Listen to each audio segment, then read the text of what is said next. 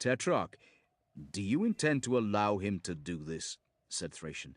The use of alien technology is proscribed by the Adeptus Mechanicus. By some of its sects only, said Felix. Do not forget that alien technology saved our Primarch, and that it was alien technology that held the Cadian Gate closed for so long. It is your world. Allow Cole access or not, but I will destroy this mountain once he is done. Not until our gene seed is laid to rest, said Thracian. He leaned against the parapet and looked out over the bailey. His men were collecting the war gear of the fallen with great reverence.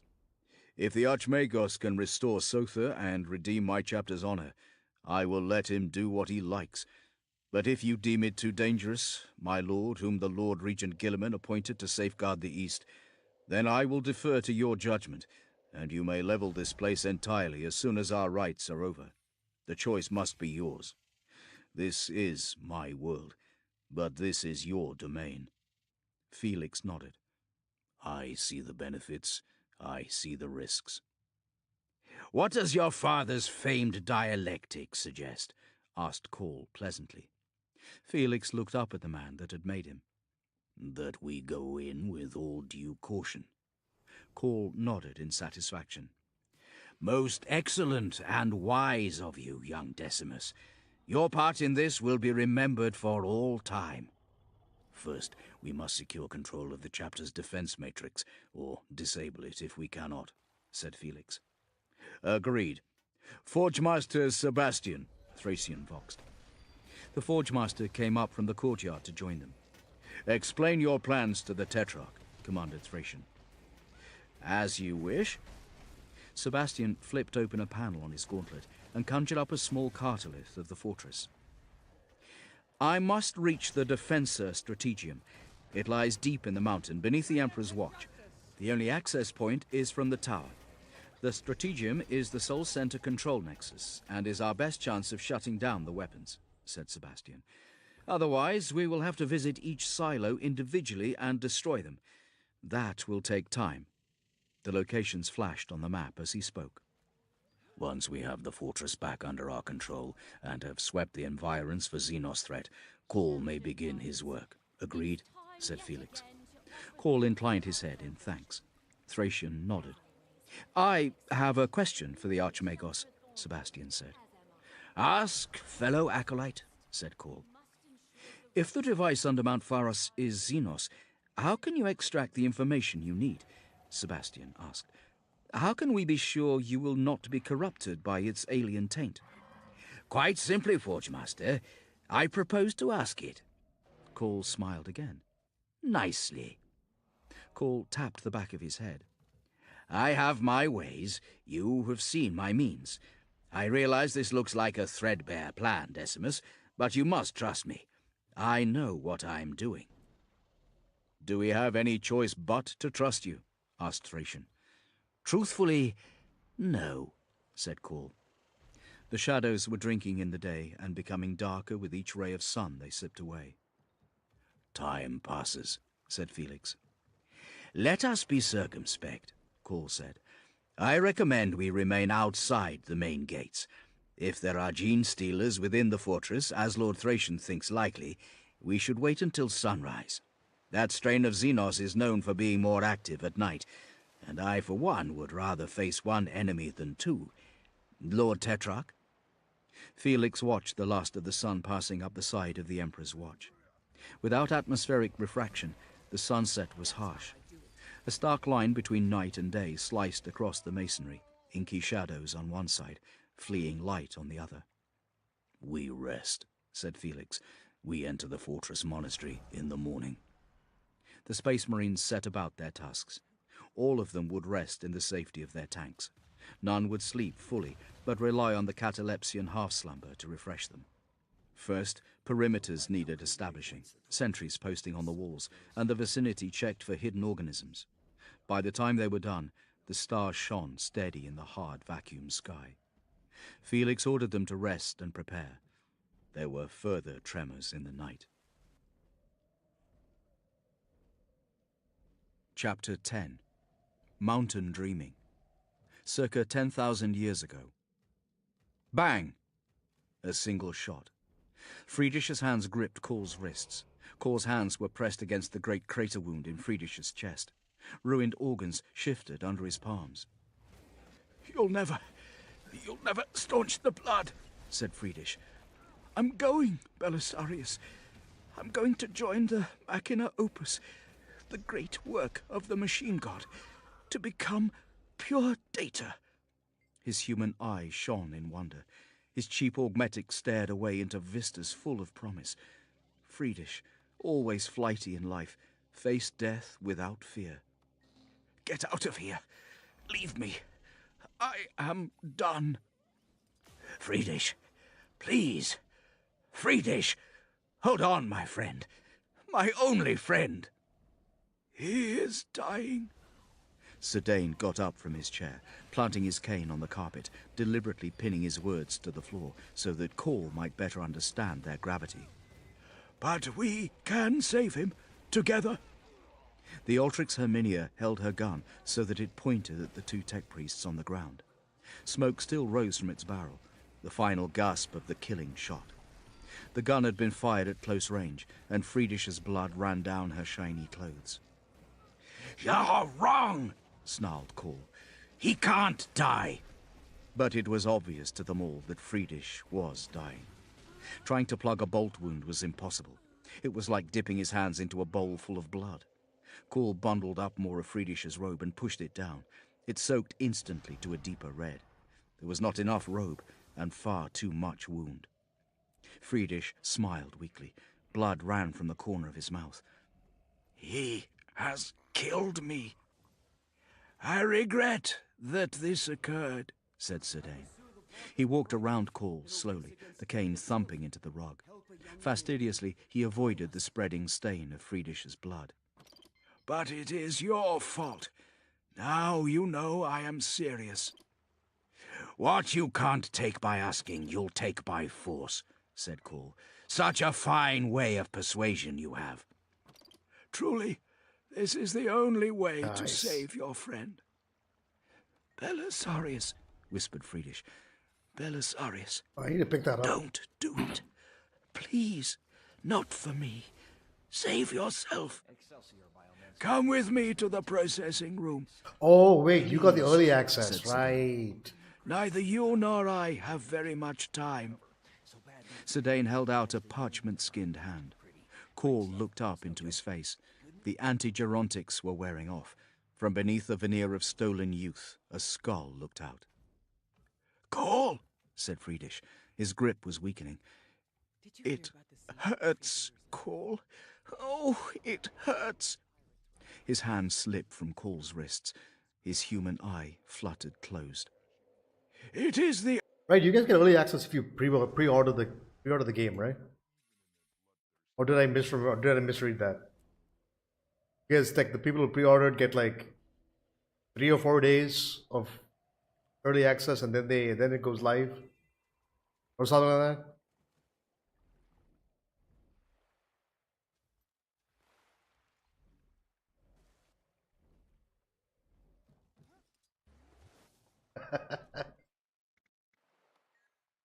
I have places to go and shit to do.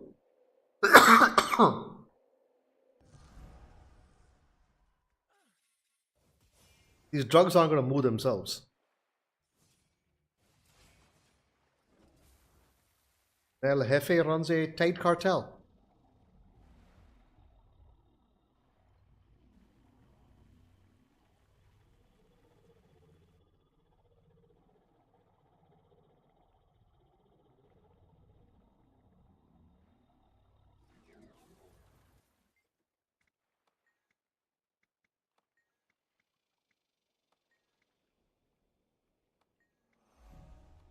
Oh, I didn't respond. Right.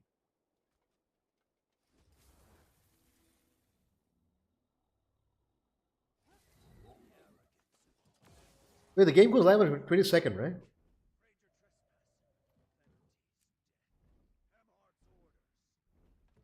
Probably I'm misremembering all of this.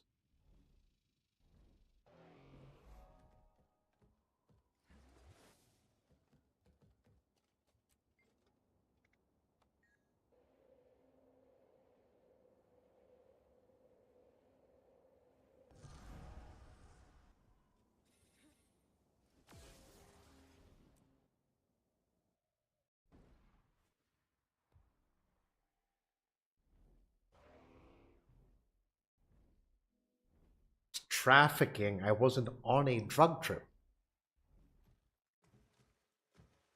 All right, buddy. See you later.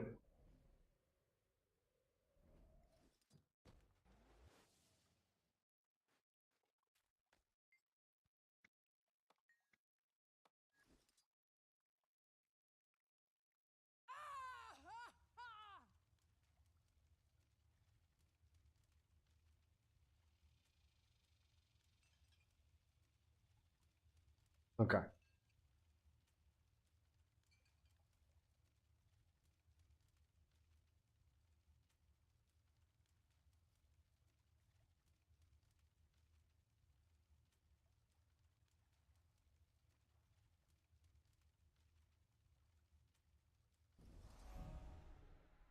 No worries.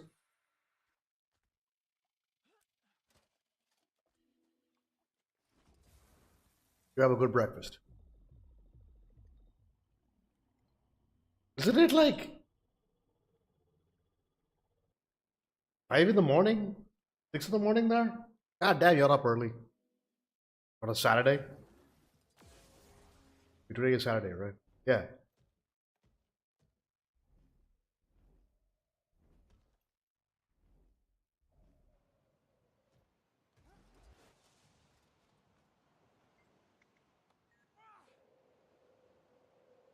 I have a point of check? Okay. Well, either way.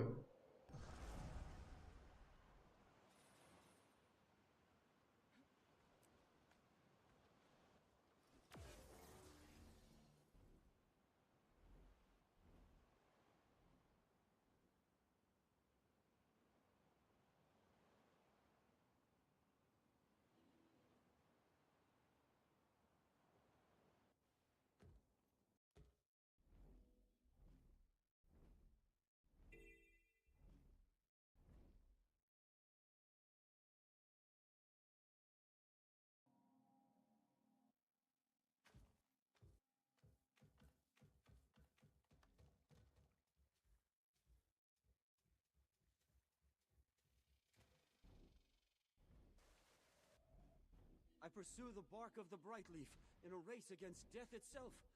Help a young one in need. Join us. Oh. The only way, said Sidane. Oh, daylight savings. Wait. Am I doing this all wrong? Ugh, I hate time differences.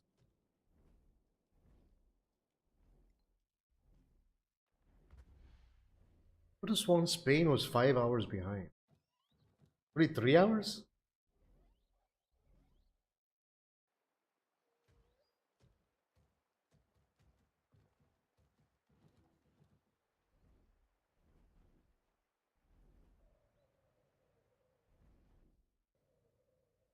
Oh, the delay between hearing me and stream is quite long. How to figure that out.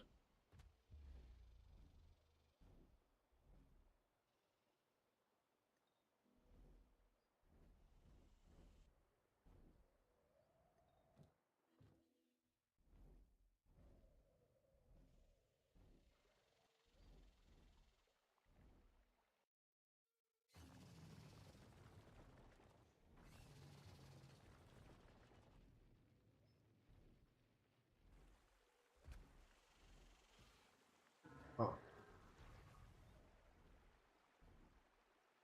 Excellent!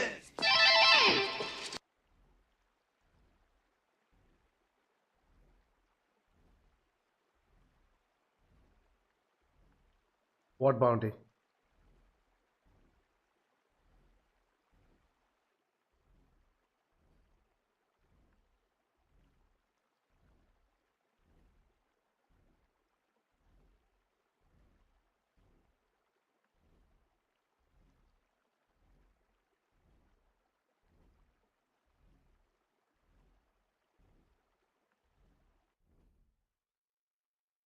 What bounty? Where bounty? Who's the bounty?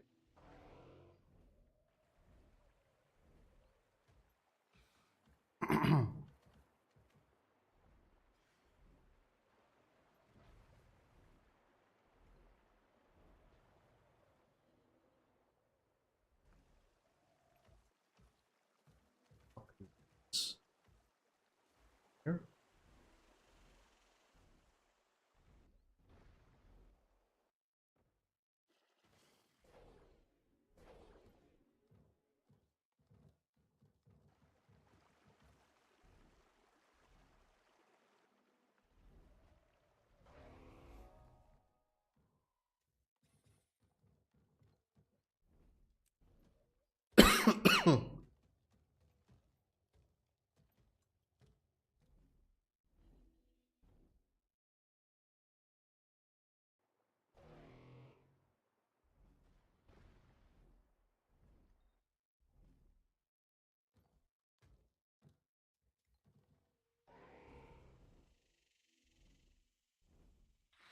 care for what they destroy for their twisted experiments. Are we not answering questions anymore? Sacred to these inquests. They must be Or is the delay that long on the stream?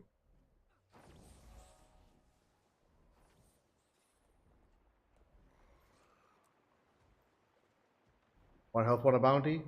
What bounty? Where is it?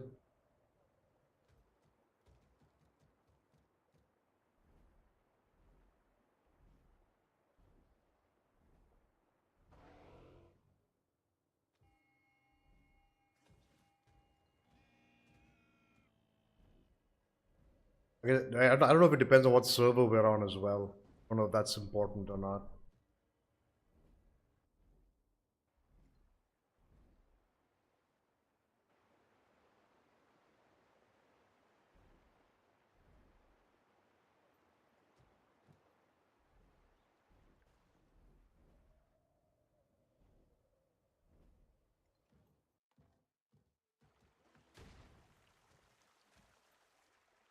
Dude, where the fuck is this entrance?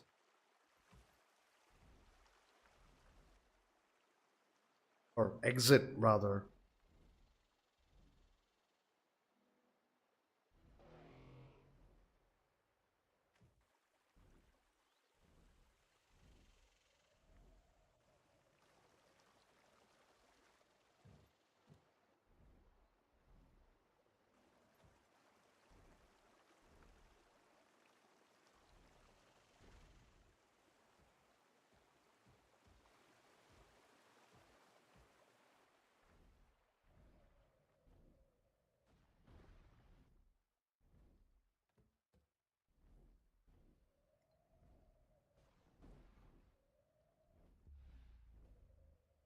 Oh,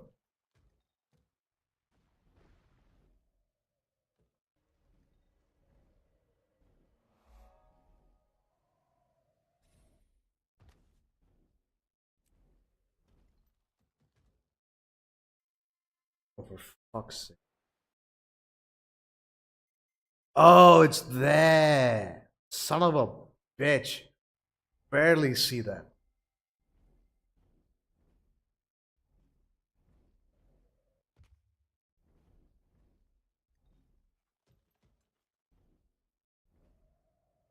Also, I'm an idiot for not looking at the goddamn minimap. It's right there. It even shows right there. Hey, Shimui.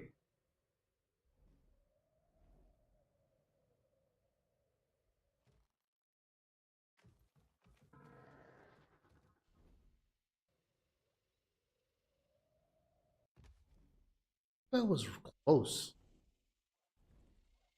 I just didn't realize how close I was. Down below?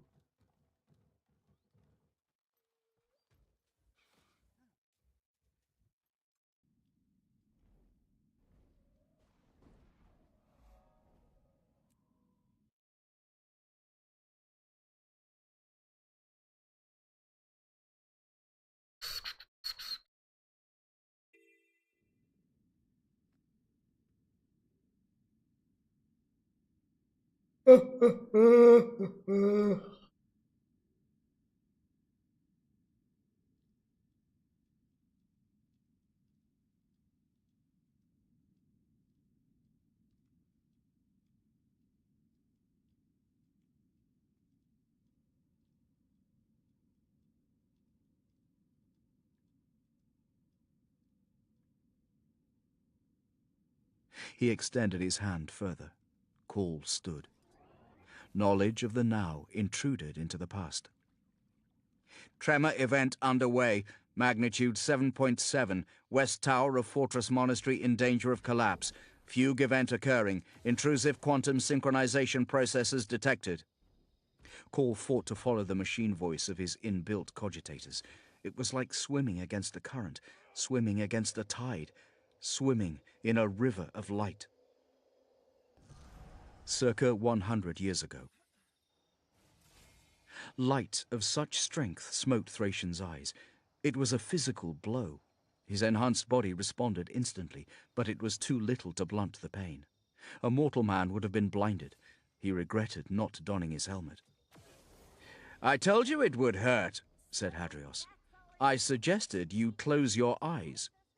"I'll keep my eyes open," said Thracian, shading his face against the glare with his left hand. "I don't trust you." Hadrios nodded, as if that was totally understandable. "Wait," said Thracian. With his right hand, he unlocked his helm from his belt and placed it over his head. As soon as the helm systems meshed with his battleplate, the lenses darkened, bringing the glare down to bearable levels. The room still shone like the brightest of days, but he could see clearly enough. "Come and see the thing that doomed us," said Hadrios, beckoning him inside. Thracian entered the room. It was of middling size, a cavity deep in the ship. 2 space marines stood guard over a suspension casket. Through the viewing plate was darkness. Emperor alone knew how Hadrios had got it aboard. "Do you want to see it?" "No," said Thracian. "We should kill it." "Not yet. It will be useful," said Hadrios. "The light keeps it dormant. It is not a full-blood strain, but the hybrids share many characteristics with the parent creatures. Gene stealers have an affinity with the shadows." "Why have you brought this aboard?" said Thracian. "After what the Tyranids did to Sotha, how could you?" "I had to," said Hadrios. "We need it." "Do we?" said Thracian. The situation had him ready to fight. There was something wrong. The cleanness of Hadrios's armor had struck him when they first met a few hours ago. It did so again. Was he involved in the battle at all? Already Thracian was calculating how he could fight his way free. "Why don't I know you, Hadrios?" He looked at the warrior carefully, wishing that he could remove Hadrios's faceplate and see the man beneath. "There are less than 1,000 of us. Only that many, and yet I don't know you. I don't know any of you." He turned, taking in the space marines guarding the casket. "Our identities were hidden intentionally, though I assure you I am a loyal servant of the scythes of the Emperor. It is time to initiate you into the deeper mysteries of the chapter." Thracian snorted. "We are good sons of Ultramar, Guilliman's progeny. We don't have secrets." "All chapters have secrets." Hadrios rested his hand on the casket. "Some of which have only become apparent to me recently." He looked at Thracian. "You didn't know Captain Argus very well." "He was my brother, Captain," said Thracian. "But did you know him?" said Hadrios. "Did you know him as a man or as a friend?" Thracian's first instinct was to say yes and accept for himself that that was the truth. He frowned. It was not the truth. He looked at the casket again. He was finding it hard to think. Some force emanated from it, clouding his mind. "No," he said. "I don't think anyone knew him. He was private." Hadrios nodded again. So calm in the face of this awful knowledge. Thracian felt himself teeter on the brink of madness. "This hybrid came from Sotha itself," Hadrios said. "Argus selected me to be part of his inner conclave, a position sanctified by the chaplaincy and the apothecarian, invested with great responsibility, great secrecy.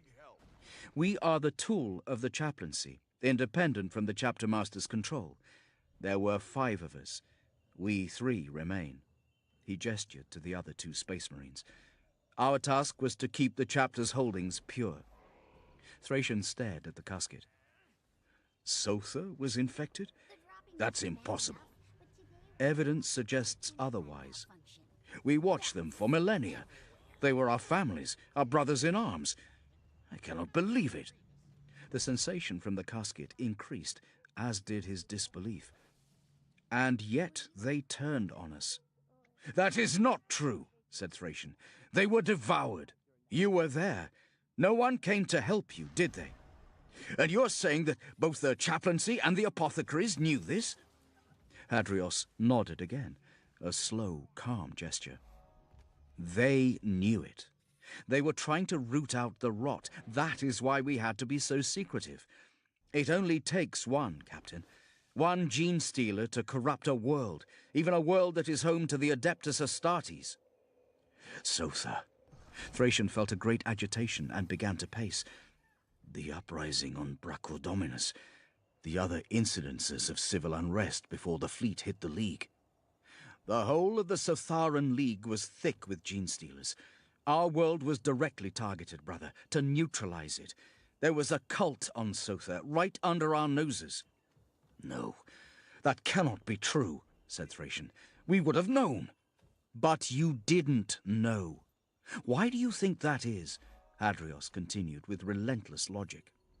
Were we negligent, or were we prevented from seeing? Did it not strike you how easily Sotha fell? The confusion, the lack of coordination in the defense, the failure of the void shields and the orbital guns so early in the battle. Then why are you operating outside of Thorsira's authority? As I told you, at the behest of the chaplaincy. What do you think about Thorsira's coming here, to Myril Prime, making a stand against all sense when we should flee and consolidate? That is the chapter master's judgment, said Thracian. We are honor bound to obey him. You think his judgment bad nonetheless. There are strong links between the chapter and the Sothan government. The chapter master has always been advised by the elders of Sotha. He still is, by those that remain. Why do you think they managed to survive? Why do you think they suggested this place? Have you seen Thorsira? I was hoping to bring this news to him. I feared what I might discover. Alas, my fears were borne out when he refused to see me. He is panicking. Such a defeat is enough to affect even us. He falls back on tradition when he should be decisive. Careful what you insinuate, brother. Isn't it obvious, said Hadrios. The scythes of the Emperor are compromised. The hive mind beat us because it has us. It used our concern for our countrymen as a weapon. The infiltrators are still here, among the fleet, working against the Imperium. Thorsira cannot see it. Then we should execute the Council of Elders, every one of them. It is not so easy, said Hadrios. If we act, they will strike. There are too few of the chapter left. Our serfs are dead. They were screened thoroughly, but who knows how many of the enemy hide among our void ship crews, or among the hundreds of thousands of refugees that follow our retreat.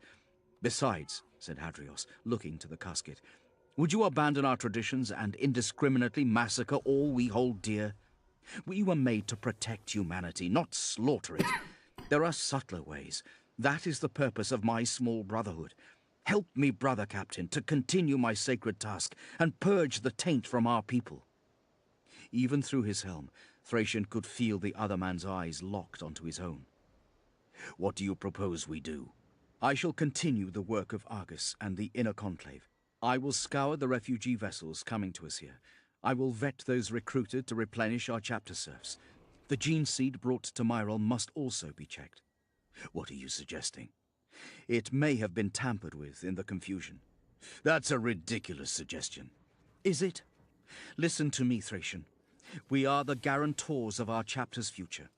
Thorsira leads us all to our deaths here. As soon as we can, under whatever pretext, we must leave, and we must not return. Thracian stared at Hadrios. He did not wish to agree. He refused to believe his brothers and sisters of the common blood were tainted. The sense of foreboding from the casket pushed at him, and there was so much light. Circa 10,000 years ago. Flowing in a channel of square angles, magma pumped from the depths of the planet, sent via canals to Sarum's metallurgical plants, whose devices sucked out every scrap of useful mineral they could before vomiting the cooling slag back down into the planet's heart. Call was only dimly aware of this. Her passion was fighting. The lava canal was a wonder of the world, but for her it was part of the scenery, something to warm the fighting platform of the Agoge, where she trained under the multiple-eyed guidance of War Leader Soren every day. That's right, girl. Harder. Take his legs out from under him. Soren buzzed overhead on shimmering anti-grav generators. His most striking feature was his 4 arms, all flesh, a cloned pair set back-to-back against his born pair. It was traditional among the students to try and guess which were the originals, though those more informed in the mysteries of the cult would also construct arguments as to why he kept them at all, because only Soren's arms were flesh. The rest of him was metal, cylindrical, blessed by the cunning of the machine god with ocular sensors and clever devices. He had no head, his brain being housed in the column that had taken the place of his body, so his four arms crowned his mostly mechanical being as a sort of strange, fleshy sculpture. "Get him!" he shouted. "Come on, Hester Aspertia! Hit him! Hit him!" The acolyta fought with electrostaves turned down to the lowest setting. Even so, a good blow could break an arm, and the shock they gave was painful. Call was smaller and younger than her opponent. Cadelian 8 Opier stood a head taller and had taken his first combat augmetics at a markedly young age. These advantages made him arrogant. Call swung her stave with deadly accuracy. The generator pods clashed off each other with satisfying displays of sparks. "You're fast, little girl," said Cadelaine 8 Opier, "but speed is not enough." "Maybe not," she said through gritted teeth. Her braids swung around her face, given added weight by the data cables plaited into the hair. She jabbed and slashed, the touch of their weapons birthing miniature lightning storms that earthed themselves all over the fighting platform. She shouted in anger, stabbing faster and faster, then whirled, leapt, spun a savage blow towards Cadelaine 8 Opier's head that made him chuckle. "Ha! Nice try," he said, ducking back. She responded with a flurry of attacks that stopped him laughing there and then. "That's right, Hester," Soren shouted, drifting over the arena and buffeting his students with contragrav backwash. "That's right. Feel the motive force in your weapon. Let your intuition entwine with it. He's bigger than you. So what? Bring him down. If the Omnissiah wills it, it will be so." On she came, fast and swift. Cadelaine 8 Opier fell back into a defensive pattern. Call was angry, tired of losing to those bigger than her. She slammed her weapon against his, and he pushed her back. She cursed the feebleness of her muscles, wishing for sinews of steel and joints of brass that would never tire. Suddenly, it was over. Cadelaine 8 Opier spied a tiny opportunity and exploited it flawlessly. He was gentle. His weapon tapped her head. Nevertheless, the burst of power that shocked her memcore and supplemental systems floored her. The others watching from the tiered benches winced in sympathy. She heard their sucked-in breaths through the crackle of discharge crawling round her implants, and it made her angry. The motive force ceased its lesson and relinquished control of her body. She opened painful eyes and saw Cadelaine 8 Opier standing over her, stave held at ease in the crook of his left arm, three-fingered metal right hand reaching comradely for her. "Let me help you up," he said. She gritted her teeth, but took his hand. "I'll beat you, one day," she said. "I'll beat you all." "Tremor event. Repeat. Danger. Magnitude 6.4. Quantum manipulation underway." Cadelaine 8 Opier smiled, showing metal teeth as he pulled her up. "Maybe. Perhaps then we'll see." Circa 100 years ago. A world of green. Brother Tiliphus blinked and stood taller on the wall. This was Sotha as he remembered it. Home. One moment he was looking upon dust and ruin, the next a night of warm winds. The scents of quick trees in bloom were relayed by the armor's autosensors to his nose, filling him with melancholy for what was lost. But it wasn't lost. It was right there, in front of him. Tiliphus walked along the walls. He had performed this duty 1,000 times. Walking the walls was his favorite task. To see Sotha by night, the crests of waves dirty white on black in the dark, and the lights of Sothopolis shining by the sea, knowing that it was in his power to safeguard the people sleeping in their beds. Quick trees creaked, putting on several feet a night, so fast it was said you could see them grow if you had the patience to watch. In the rustling forest, a fantine bull bellowed its mating call. Not close, he thought. The cries carried for miles. The coast was strung with beads of light from other settlements, while Odessa port shone out a haze of light pollution. But back away from the shore, on the other side of the mountain, Sotha was black as any primordial world. It was a special place. He remembered a night like this, he thought, a night he took off his helm against all regulation to breathe in the soft, loamy scents of the forest, the sharp stone of the mountain, the comforting smells of the city by the sea. Was this the memory, or was he living it now? Realities overlaid themselves, confusing him. He barely felt the gun locked to his thigh. His hands rose up to undo the helm seals, because that is what he had done, and was therefore fated to do. A tiny hiss of escaping air was followed by the scent of a living world. He stood, breathing it for long minutes. It was good to take pleasure in simple things. Blackness took him. Now. Alarms blared in the repulsor, bringing Felix out of his catalepsian trance. He felt a twinge of discomfort as the dormant half of his brain shook off sleep and linked fully with the rest. With it came a sharpening of senses and intellect, and a certainty of what had occurred. "We are under attack," he said, wide-casting to the entire expedition. He emerged with his warriors into the airless square of the Barbican. The Vox waves were alive with chatter from his own men, the Scythes, and the Archmagos' party. Pulse interference generated by multiple scans thrummed through the voices. Lights came on overhead as the Adeptus Mechanicus' servo skulls lit up the night. "There! Up on the wall!" Communus shouted. The Chosen of Vespeta ran towards the southern wall, to the right of the main gatehouse, if one was facing away from it. The dark shape of a space marine in Mark 10 battleplate bent over a smaller figure. Cadmus's ident flashed up in Felix's helm. Others crowded round. "Cover the gates! Secure the perimeter!" Felix ordered. His armor was heavy, but equipped with high-powered motive units, and he ran up the wall staircase easily.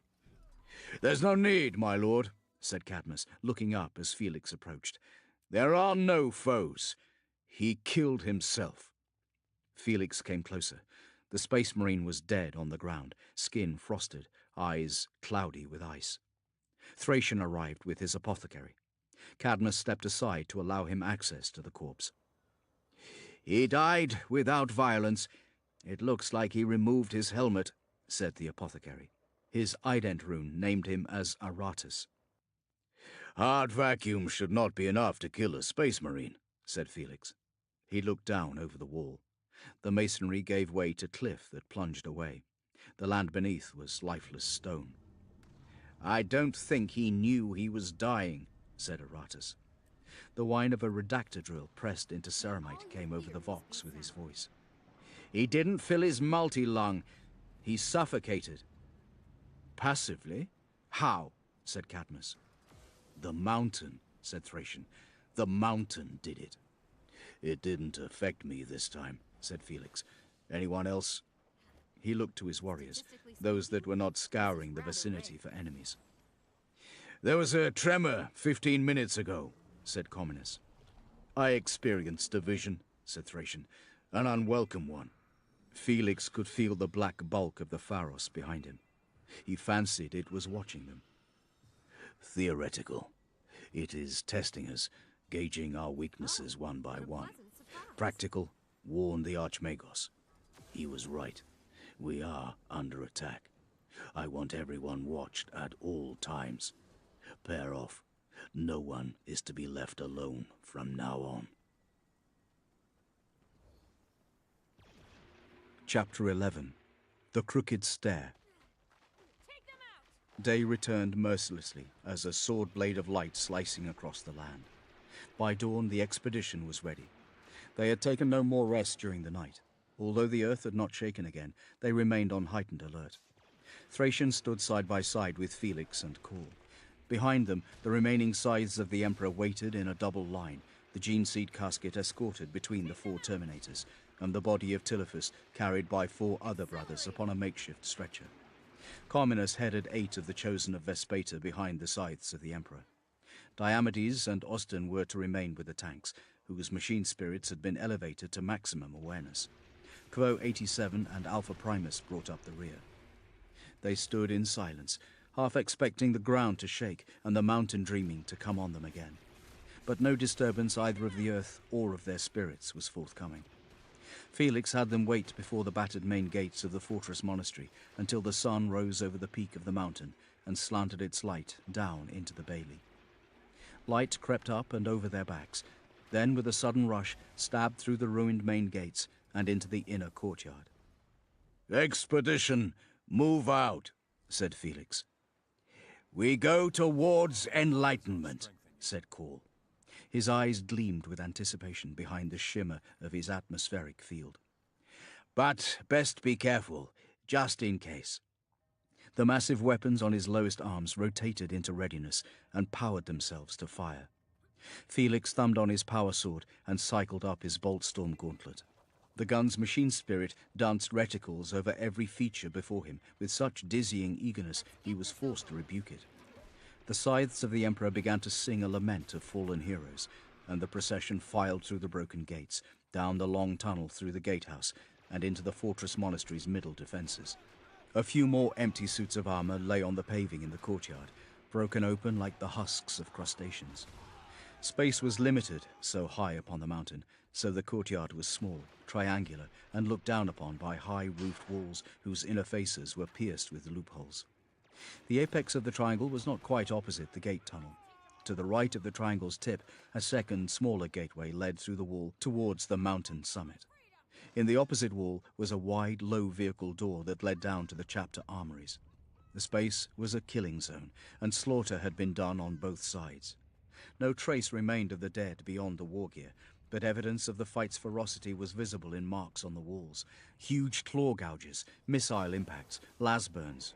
Every sort of damage from man-portable armaments imaginable, along with the chemical wounds of bioweaponry. Thracian halted.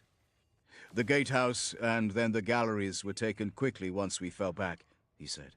"We fired on our own fortifications here, from this side to that."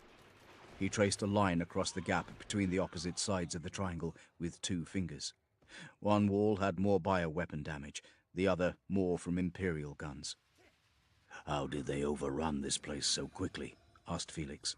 "Even with your guns down and your void shields failed, it is a formidable obstacle." "I have no good answer to that," said Thracian. "We were ready to stand here, then the gates failed, and we were forced to fall back. All was confusion." "The quickest way to take a fortress is from the inside," said Felix. "Are you suggesting we were betrayed?" said Thracian angrily. "You impugn our honor, Tetrarch." "Have you considered it?" asked Felix, refusing to let the matter drop. "Have you considered that you were in fact betrayed?" Thracian's eye lenses glinted in the hard sun. "Yes," he said, "I have." Thracian made it clear that line of conversation was over by setting off again. "Come," he said. "The major ways are sealed. There is but one way remaining to the tower. It is a hard climb. We shall ascend the crooked stair." The party followed on behind him. They went through the smaller gate and headed upwards, climbing a huge stairway carved directly into the basalt face of the mountain and roofed over with a vaulting of patterned brick. Every inch of the stone was carved with statuary of awe-inspiring beauty. The stair took a circuitous path, switching back on itself unexpectedly. The width, too, was inconstant. There were stretches where it was wide enough for space marines to march 10 abreast, then long runs far narrower. It varied in pitch from precipitous to shallow. The effect was neither aesthetically pleasing, nor did it follow the optimal route, and did not seem to suit defensive purposes. "Where the black rock extrudes through the basalt, our predecessors were forced to go around," said the Scythe's forgemaster, Sebastian. "The black rock does not cut easily. It breaks when worked, and there were legends that it should not be disturbed if possible. It is because of the black rock that the way to the citadel bends about so. It is called the Crooked Stair for good reason." As if the mountain itself wished to provide proof of Sebastian's words, they rounded a sharp corner and found a pile of rubble where masonry had cracked off, revealing the black stone beneath. Their boots crunched on broken reliefs of past heroes. The black stone glowed with inner life, swift motes of green darting away out of sight when observed. Oh, what a pleasant "The mountain is shedding its skin," said Cominius. "All my life I thought the builders of the monastery beholden to child's tales, and I thought of them with scorn," said Sebastian. "No longer." Shortly after, they came to a pile of armor lying on a small landing, empty of every trace of flesh and blood. Damage from explosives and weapons fire had melted the rock and scorched many of the armor pieces black, but as elsewhere, there were no corpses. The stair began its final stretch. Felix walked to the end of the landing in disbelief. What confronted him was more of a wall than a way up. He looked up the brick tunnel, which bent itself perpendicularly to accommodate the change in angle as the stairway became a ladder. He reached up and rested his hand on the steps by his head. "The Angel's Ladder," said Thracian. "We are nearly at the citadel." "Epistolary Gathine," Felix said. The blue-clad psyker came forwards and surveyed the empty war gear. The others remained silent as he performed his witcher's work. A heaviness came over them, suddenly gone when Gathine ceased his scrying. He drew in a deep breath and stood back. "They fell alone," said Gathine. "They were trying to hold the invasion back from the citadel." "This is the main access?" asked Felix. "There are tunnels," Thracian said, "but none of those routes are direct, and all of them were collapsed before the attack. They're plugged by stone blocks of 1,000 tons each. When Kraken came for us, this was the sole way remaining on the ground," said Thracian. "It is a ceremonial way. Most traffic came into the Emperor's Watch by air. Our aspirants must tread the stair as part of their final initiation. There is no other way to the top." Felix looked up again. "Then this fortress should never have fallen," said Felix.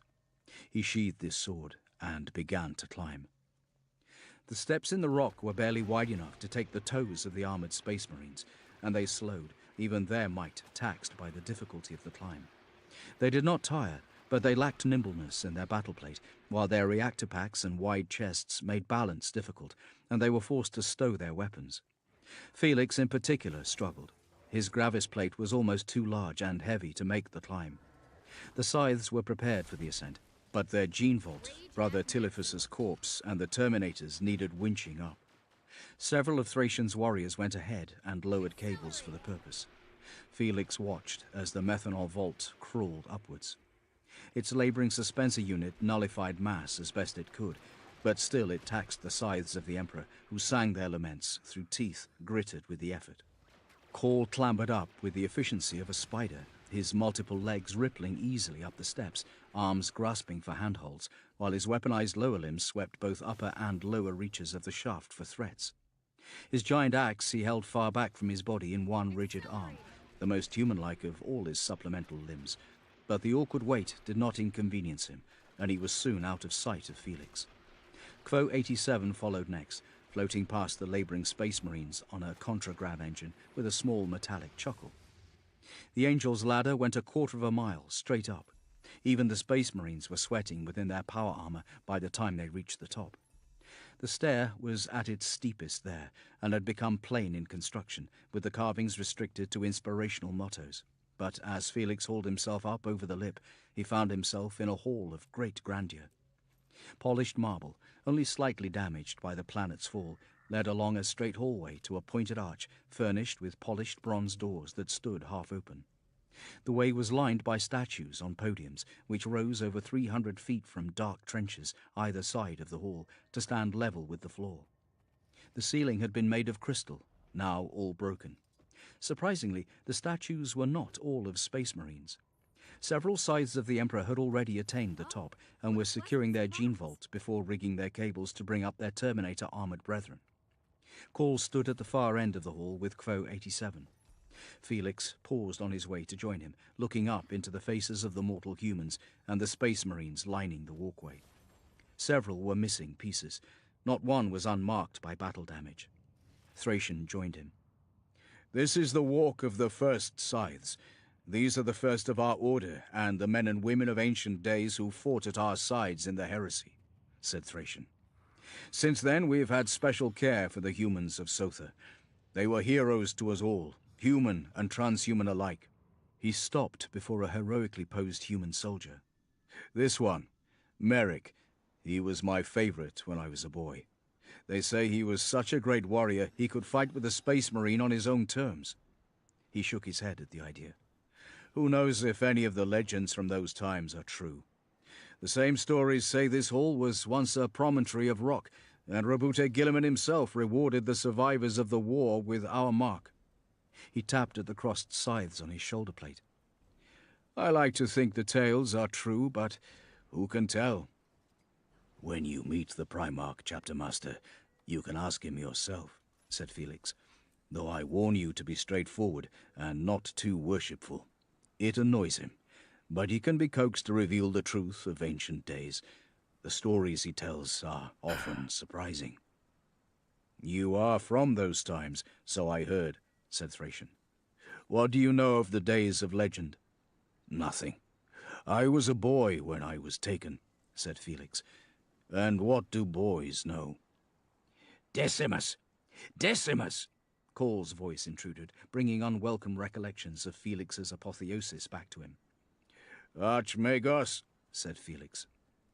We are ready to proceed within. Join me. Felix looked down the corridor. While he had been examining the statues, Call had gone to the bronze doors leading into the lower reaches of the sides of the Emperor's citadel. Call had spoken with Felix privately, so Felix now spoke to Thracian. The Archmagos is up to something, he said, as Call and Kvothe passed the gate. Come with me. Thracian checked his warrior's progress. Forgemaster Sebastian was overseeing the winching of the Terminators up the Angel's Ladder into the walk of the first scythes. How long? Felix heard Thracian ask his men. He was not privy to the reply. The chapter master then turned to Felix. It will take some time to bring the Terminators up the stair, the chapter master said. Yet Call forces us to follow. I gave him full rein to do as he pleased here, but the Hall of the Founder is one of our most sacred sites. I will not let him loose alone in there. I wish he would have waited. Thracian and Felix passed through the bronze doors into a large chamber, the Chosen and a good portion of Thracian's men following. The Hall of the Founder was also faced with marble and played host to more statues, these all Space Marines in heavily decorated battleplate.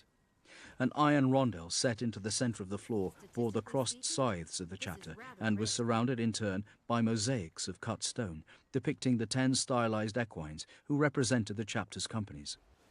2 flights of stairs led off at the back of the room, one upwards and one downwards, both flights being more elegantly finished and less punishing to climb than the crooked stair. Not enough daylight got in through the doors to light the room, and it was as dark as any natural cave. Nevertheless, it was apparent a terrible battle had taken place in the Hall of the Founder. It was badly damaged. Much of the marble facing in the room was shattered, showing the black rock of the mountain beneath, and half the statues had been toppled. Blackstone shone behind the holes in the false ceiling. Over 60 suits of armor lay in pieces all over the ground, many atop webs of cracks in the paving that showed how hard they had fallen. The war gear was uniformly ruined, ripped open by immense claws, burned by chemical flames, and pierced by spears of bone. Acid spatter dotted the wall facing and the paving, but, as it was everywhere upon Sotha, no trace of organic material remained. Each gobbet of flesh and splash of mucus had been gathered up by the harvester creatures of the Hive Fleet and taken away for reuse. Call and Kvothe 87 performed mysterious work at the center of the room. They stood still for a while. Then their artificial enhancements would go into a brief burst of activity. Then they would stand still again. There was a tension there. The ground shook. Did you feel that? Felix asked Thracian. Another tremor. It is a pattern, said Thracian. Regular. Soft, brief pulses of energy pushed through the stone. Unlike the earlier earthquakes, they came unaccompanied by visions and were of short, regular duration and power. Call, said Felix. Stop what you're doing. The Archmagos ignored him. He performed further actions of esoteric technomancy, his hands moving through the air as if conducting an orchestra, while his servo-skull swooped about his head in tight patterns. The pattern of the tremors changed, becoming a repeating cycle of 5 brief vibrations, followed by a 6th, stronger quake. Call! Felix shouted over the vox. I know you can hear me. What are you doing? A large slab of marble slammed down from the ceiling. Call! Thracian looked up and pointed. There! Lights blinked on in the depths of the Blackstone.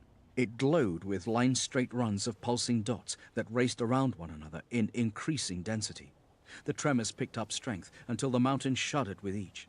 Lesser beats joined the shaking, and it became a percussive beat. The rest of the Chosen came running into the room with a number of Thracian's veterans. All of them had their guns up and ready. Ixon leapt sideways as a statue leaning forwards on its plinth broke off at the ankles and toppled to the floor. "Tetrarch! What is happening?" shouted Communus. The Vox blurred, smearing his message to broken gibberish. Each tremor spiked interference in their Vox comms. Oh, I know. "Call! That's enough!" Felix said. He marched forwards, only to be intercepted by Alpha Primus halfway across the hall's floor, who blocked his way. Each step Felix made to bypass him, he matched. "The Archmagos must not be disturbed," said Alpha Primus. "Wait." "Out of my way," Felix said. "He's going to bring the mountain down." "You will wait," said Alpha Primus. Witchfire shone around his head. Bolt rifles and bolters were trained on the giant. Alpha Primus swept his dull green eye lenses over the other Space Marines like they were nothing. "Move!" Communus shouted. "Move, or we open fire!" "Do not threaten me," said Alpha Primus. His hand settled on the hilt of his chainsword. Cold energies crawled across his head and shoulders. "Call!" shouted Felix. The tremors became a thrumming, then stabilized, so that the mountain vibrated constantly at a low, tooth-jarring frequency. A final panel of marble cracked and shifted to hang half off the wall. "I do apologize, Decimus, but this is an exciting development," Call shouted. "I intended only to attempt a preliminary linkage with the Xenos machine, but its activity levels have enabled me to do far more than that." He gave a little bow. The light of his augmetic eyes dimmed as his vision turned inwards. "It is my great pleasure to present to you a little of the Pharos' ability." Fine. Chapter 12. The Hall of the Founder. Light flooded the hall, and then there were warriors everywhere. Men of the sides of the Emperor, running down the stairs and up the stairs into the hall, firing behind them as they came. The party reacted predictably, switching their weapons to bear upon the newcomers, but it took them only an instant to see them for what they were. Though solid seeming, they were not. Yansar gasped as one ran right through him. Tullio moved out of the path of another. "Hold fire!" Felix commanded. "They are phantoms. They are not real," said Dalus. His voice broke up, and he had to repeat himself twice.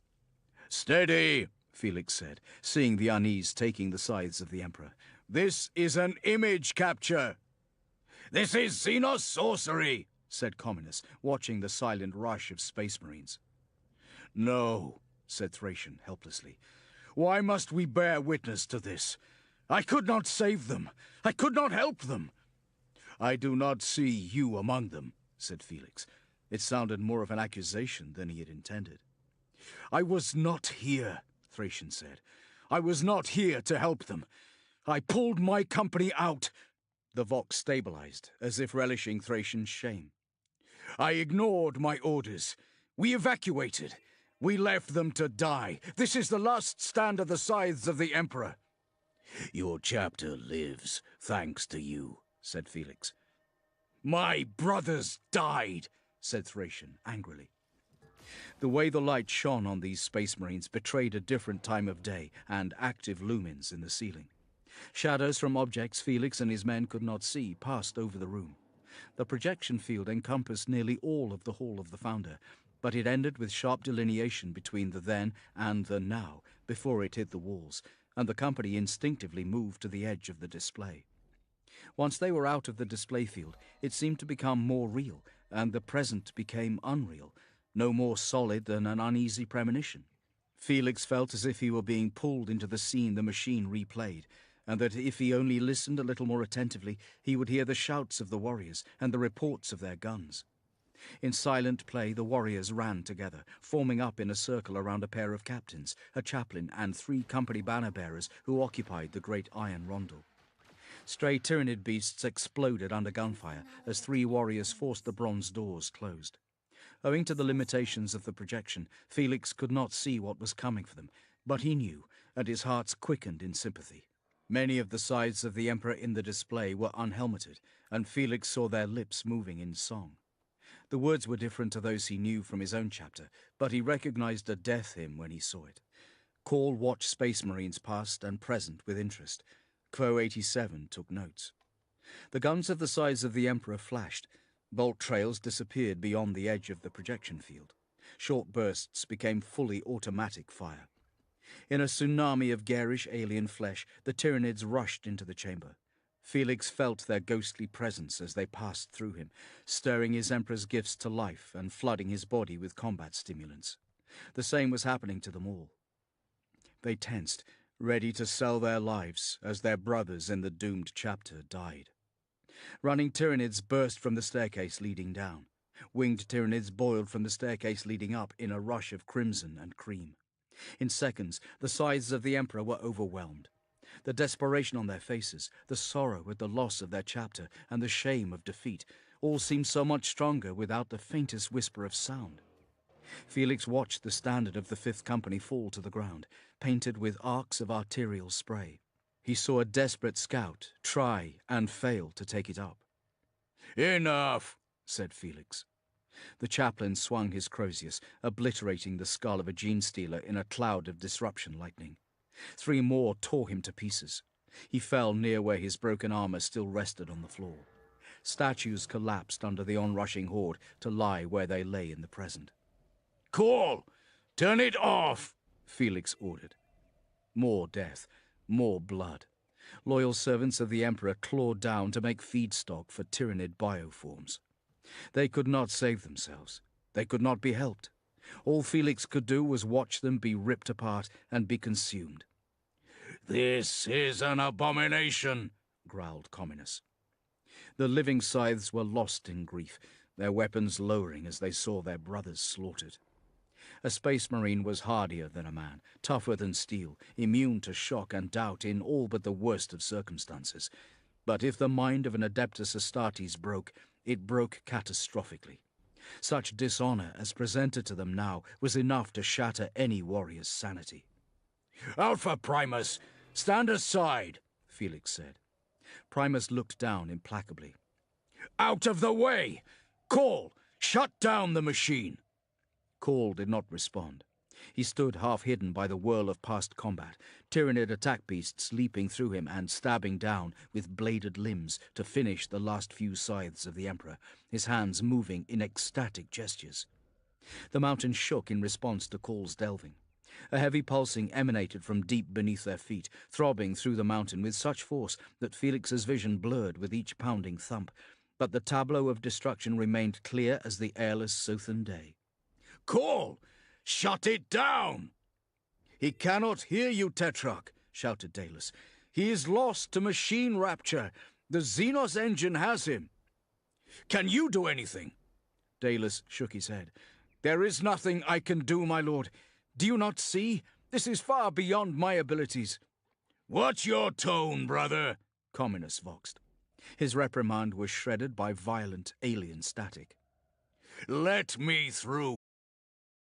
Primus side, allowing Felix Archmagos, steeled himself to push his way through phantoms fighting and dying in the fateful day. Around the embattled sides, further portions of the room collapsed, revealing more of the active blackstone beneath. The hall was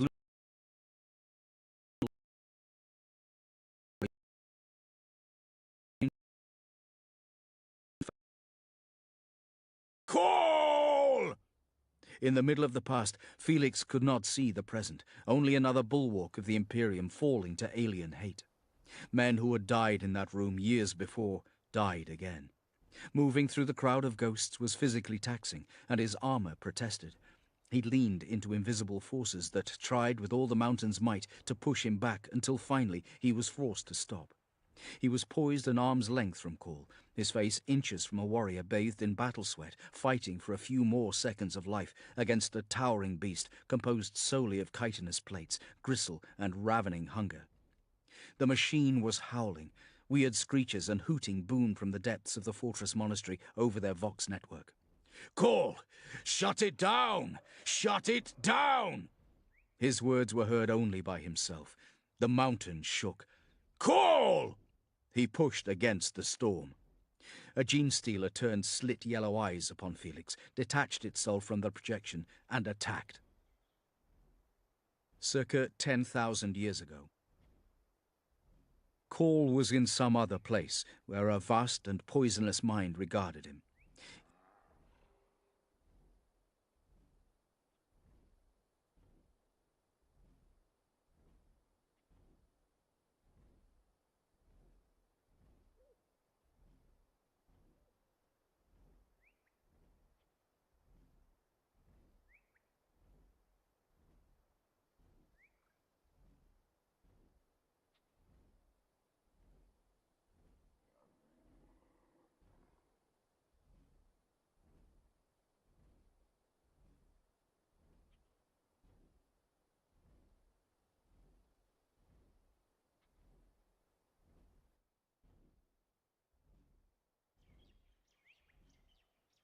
Not sure what happened there, but I think just spiked. Apologies.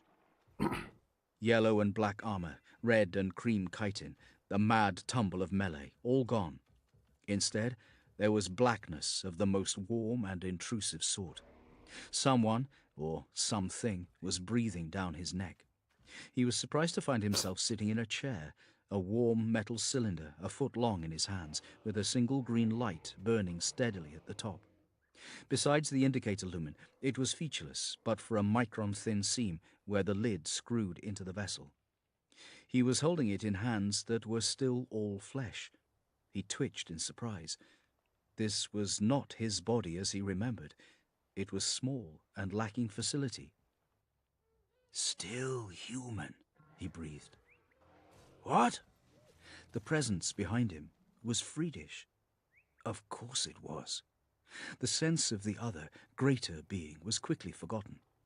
Call blinked eyes that were also of flesh. Confusion faded.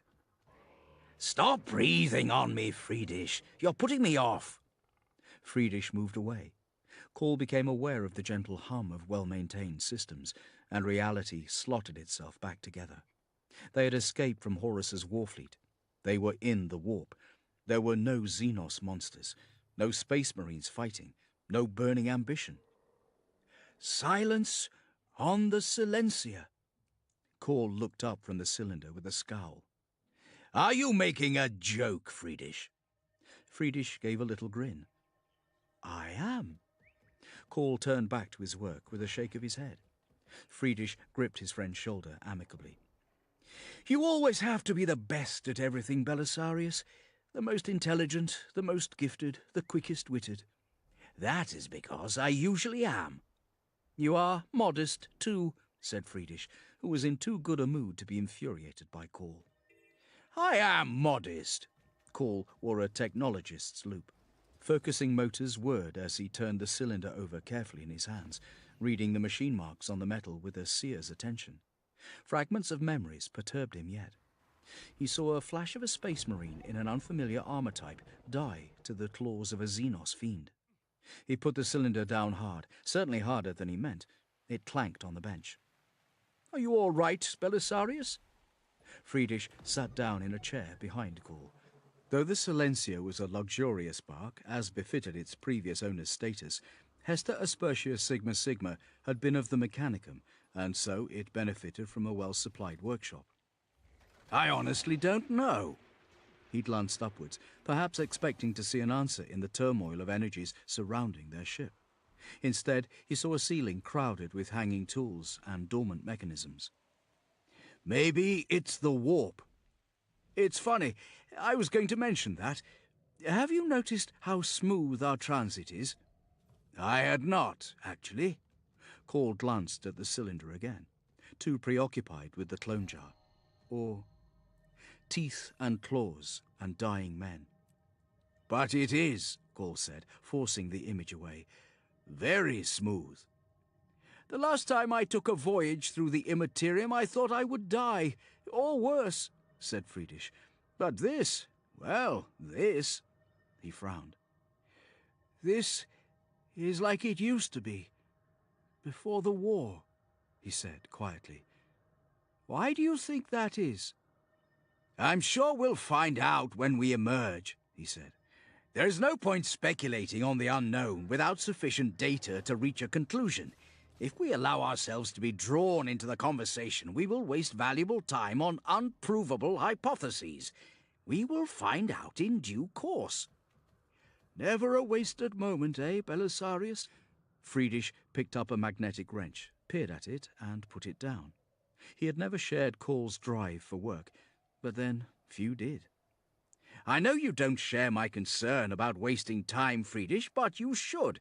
Of all things, time is the most precious, more precious than knowledge. Time is the only thing we cannot make more of. Time is the limitation on all other things. When a person is born, they are in servitude to time. We spend time stupidly, when we should hoard it like treasure. I do not like to waste time. There is never enough of it, and there are many thieves who covet it. He picked up the cylinder again, appalled with himself at how carelessly he had dropped it. We might die before we arrive, said Friedrich. The warp is cruel. If we do, we are dead. If we are not, and I do nothing, spending the hours in speculation, leisure, or fear, they are wasted. Death comes for us all. What we do while it approaches is the only freedom we have. And I have this to think on. Any progress? So, now you engage. Alright, I'm gonna go for a smoke. I'll be right back. Oh.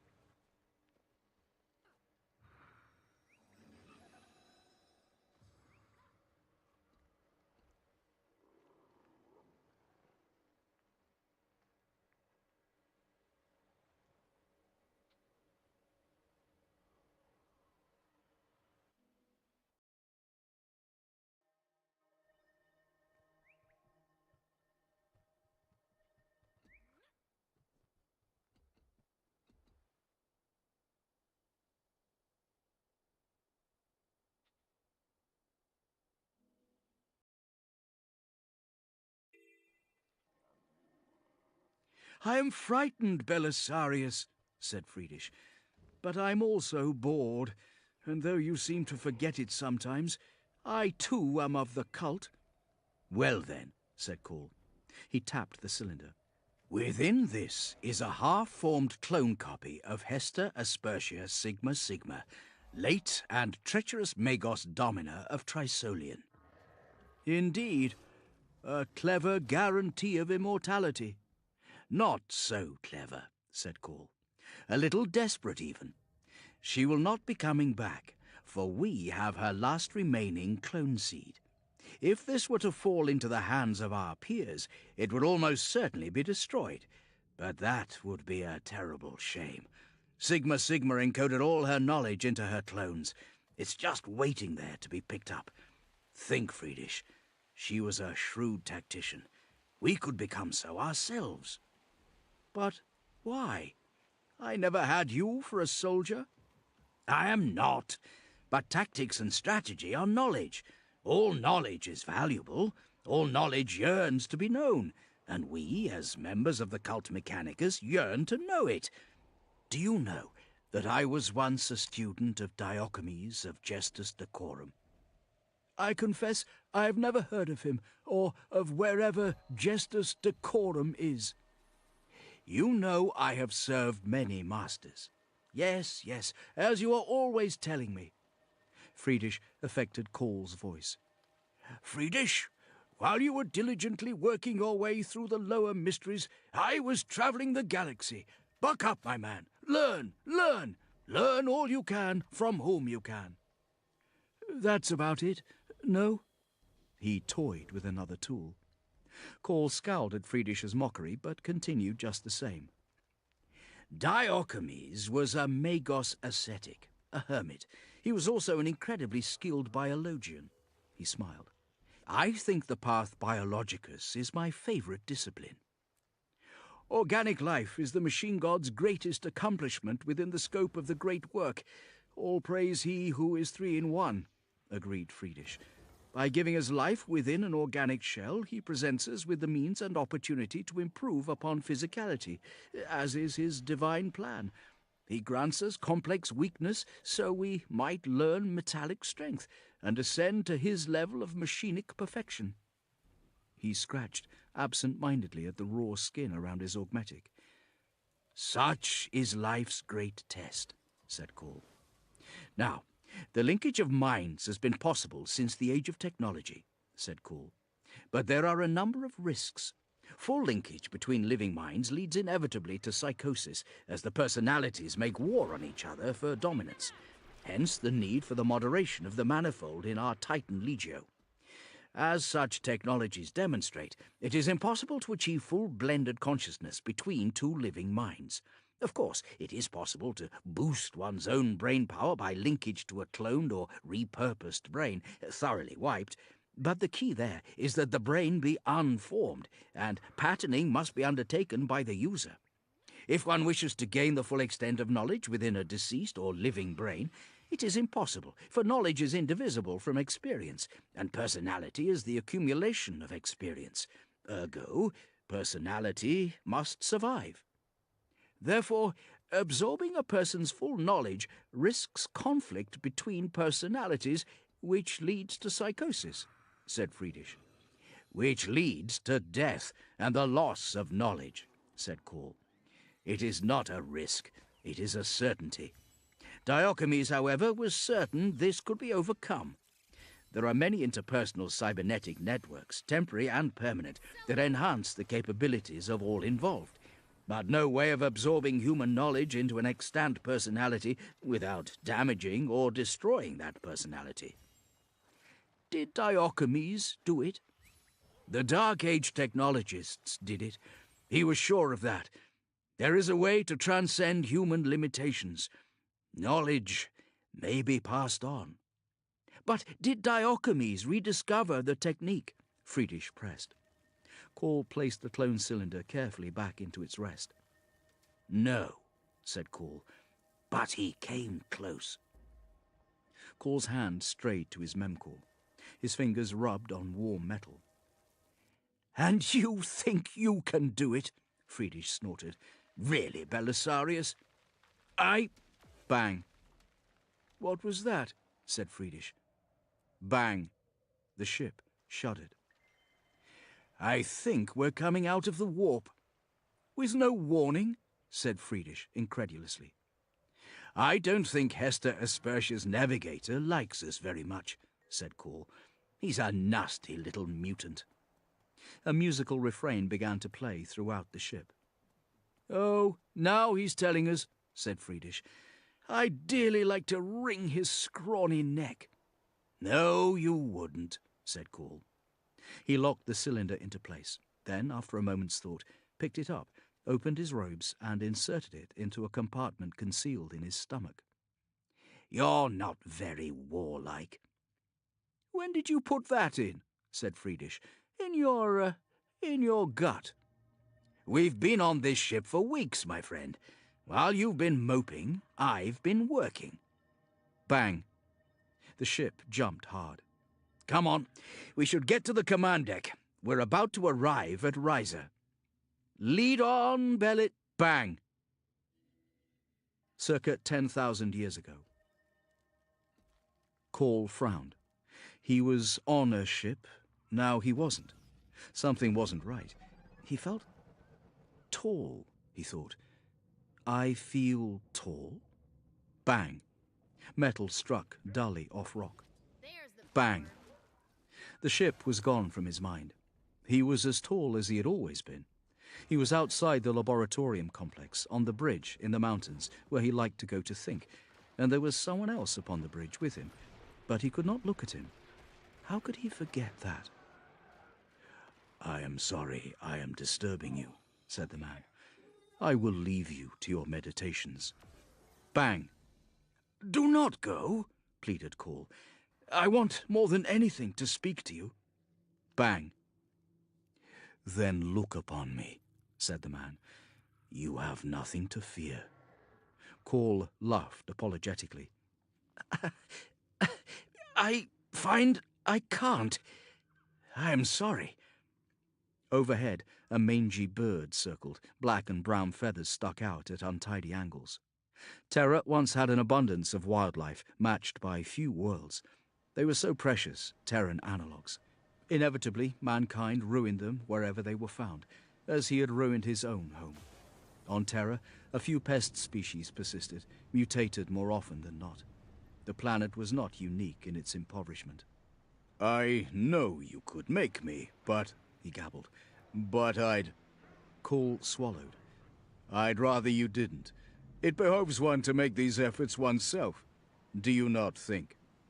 His voice was strange, not his own, deeper, more arrogant.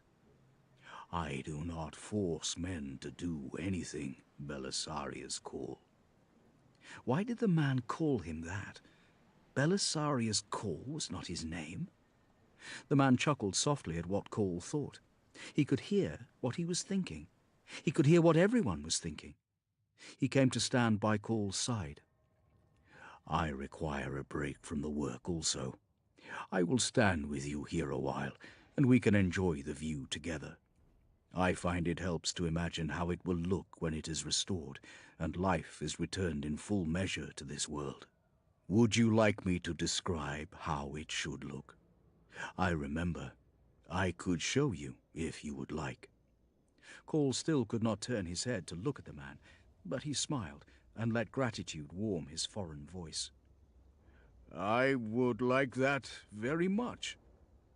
Then you must look at me. Hesitantly, Call looked up into the brown eyes of the man. He expected them to be brown, because they always were. Incredible eyes, steeped in compassion and power. Otherwise, he seemed so nondescript, with long brown hair and skin the color of light recaf. At least, he was today. The Emperor's face was unremarkable and should have been easily recalled, but although Call had met him many times, he could never remember exactly what he looked like between meetings, as if he were not a man, but a figure from a recurring dream, only remembered during sleep, and forgotten with the first rays of daylight. It was rarely the same face twice. The Emperor of Mankind smiled. He had an easy smile. reassuring, Oh, warm. what a pleasant His smile was so full of positive things that the thought of his frown frightened Call. If it were as judgmental as the Emperor's smile was uplifting, he had no wish ever to see it. "Please," the Emperor said, gesturing down at the riverbed. "I did not mean to interrupt your rest. It is good to stop and think, to prevent us rushing in haste into decisions we may later regret. Haste is man's greatest enemy. Contemplation is a neglected art." Bang went the metal. Call's body prickled with electricity to be so close to him. It was neither a pleasant nor a wholly unpleasant feeling. "I have something to ask you," said the Emperor. "A personal favor." Call was taken aback. The mightiest man in existence wanted something from him. He gaped. The Emperor found this amusing. His smile quirked. Call recovered himself. "Anything, my lord. You have but to command it." "Thank you." He paused. The Emperor was unsure of what to say. When he opened his mouth, from it came bang, bang, bang, bang. The sensation of the presence returned. Not Friedrich, not the Emperor, the other thing, the thing in the warm and intimate dark that was watching him. It seemed bored. Now. Bang, bang, bang, bang, bang, bang. Felix let his Boltstorm gauntlet fire on full automatic. The machine spirit exulted in the freedom to do violence, chattering out a delight of staccato explosions. Fire burst all around as the bolts found their mark. Shrapnel cracked from his ceramite, and his helm chimed warnings at the proximity of the explosions. The Genestealer was gutted, lifted up and away from him, its back blown out. Alien blood spattered over Felix's faceplate, obscuring his view of the Hall of the Founder further. Among the echoes of the Scythe's last stand, living Genestealers lurked, and they were throwing themselves out of the Pharos' remembrance and onto Felix's men. Threat alarms chimed in his helmet. He held his fist out, shooting almost blind. His battleplate cogitator had as much trouble telling past from present as he did. Targeting reticules danced over Xenos killing machines and fired, only to find them phantoms. He activated his sword's power field and swung wildly. In passing through a creature that was not there, it cleaved into one that was, cutting through its exoskeletal ribs and exploding its organs with a flash of light. Felix was knocked off balance by the blow. The forces emanating from the center of the chamber buffeted him, sending him turning about as he was pushed back.